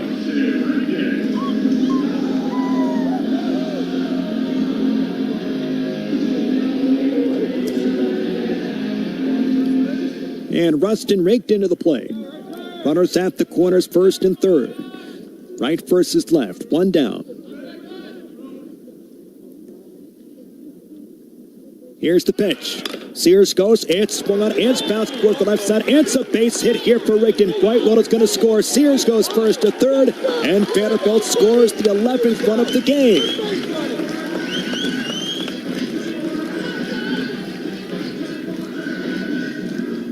And Corbin Reynolds stands in with runners at first and third. Boy, Cade Sears can fly, so can Brightwell. But boy, is Sears fast. Nice base hit by Rustin Rigdon. His second RBI of the season. 0 for 3 for Reynolds. First pitch. That's swung on. This one is sizzled down the left field line. This is back, and it is gone! It's the first career home run for Corbin Reynolds. He sends it deep and out of here over the monster. A 3-run blast. He torpedoed that pitch. Oh, the Clarksville kid, he clobbered it.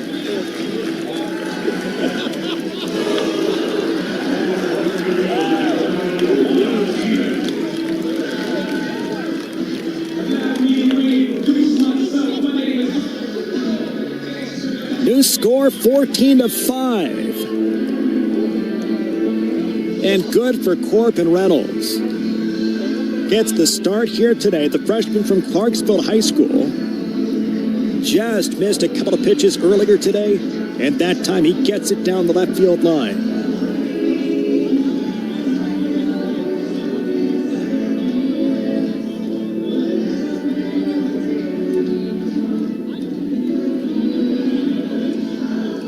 Second home run of the game for Vanderbilt, up to 18 so far this season. And Stryker rates with 1 swing of the bat could end the ball game. Run rule is in effect here today.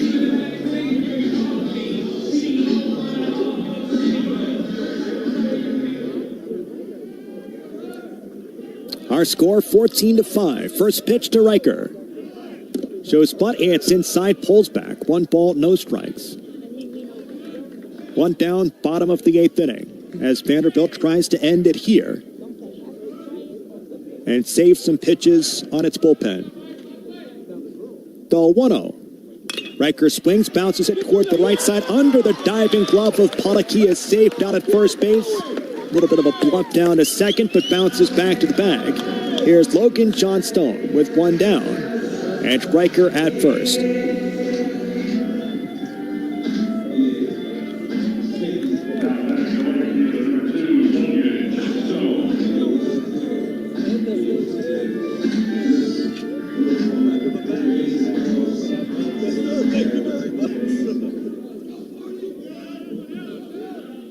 Right versus left. Pickoff move back to first base. Riker is safe. So Vanderbilt has seen a pair of 3-run home runs here today. 1 from Holcomb, 1 from Reynolds. 0 for 3 so far for Johnstone. Here's the pitch. Drops in, it's a strike. No balls, 1 strike. 0 for 3, but an RBI on a bases-loaded walk back in the 5th for Johnstone.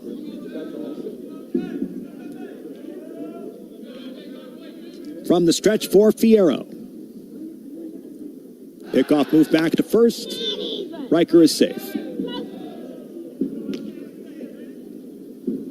A 2 RBI day for Brody Johnston. He waits on deck. A 2 RBI day for Matt Whitcomb. The 0-1. Misses low. 1 ball, 1 strike. Knocked down by the catcher McGowan. RBIs for Jensen, for Rigdon.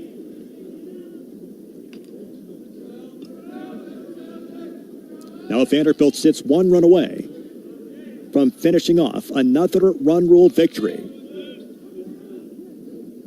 So 1-1. That's swung on. This one has popped up foul. All 3 of Vanderbilt's victories so far this season, run rule victories. 1 versus Texas Tech, 1, actually 2 versus Eastern Michigan.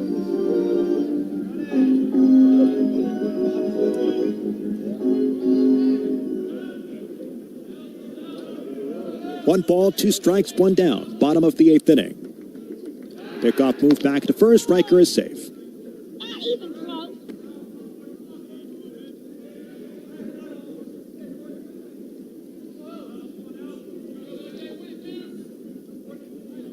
From the stretch.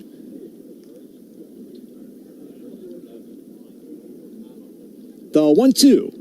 That swung on. This one is drilled. This is deep. This one is gone. That is way out of here to the netting in right field, and Vandy gets the win. Final score 16-5. It's Logan Johnstone. He finishes off another run rule victory for the Vandy boys. They take out Marist in game 1 of a 3-game set.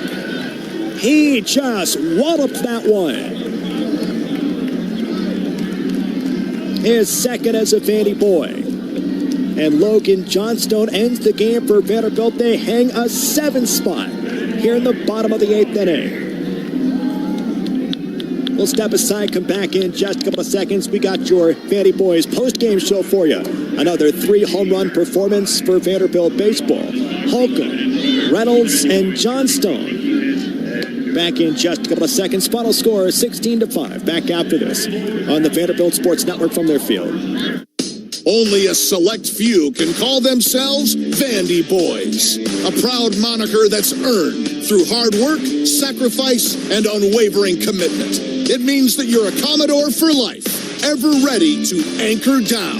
This Vanderbilt tradition is brought to you by Ford F-Series, America's best-selling trucks 49 years straight. Drive F-150, proud sponsor of the Commodores at your Tennessee Ford dealer, based on 1977 to 2025 total sales. At First Bank, we've always been Vandy fans, and as the official bank of Vanderbilt Athletics, we're also teammates helping cheer on the Doors together. We're proud to add Commodore Pride to your wallet with our official Vanderbilt debit cards. Anchor down when you pay with Vanderbilt debit cards from First Bank. When 2 historic Tennessee teams join together, you get even more ways to bank on the Doors. Bank local, get more. First Bank, member FDIC. Another Vandy baseball game is in the books. It's time to break it down on the postgame show. Today's broadcast has been brought to you by First Bank. Bank on the Doors every time you pay with the exclusive Vanderbilt debit cards. First Bank. Bank local. Get more. Member FDIC. Jackalope Brewing Company. Vanderbilt Athletics is supported by Jackalope Brewing Company, home of the Nashville favorite Bear Walker Maple Brown. Available at all Commodore baseball games and a watering hole near you.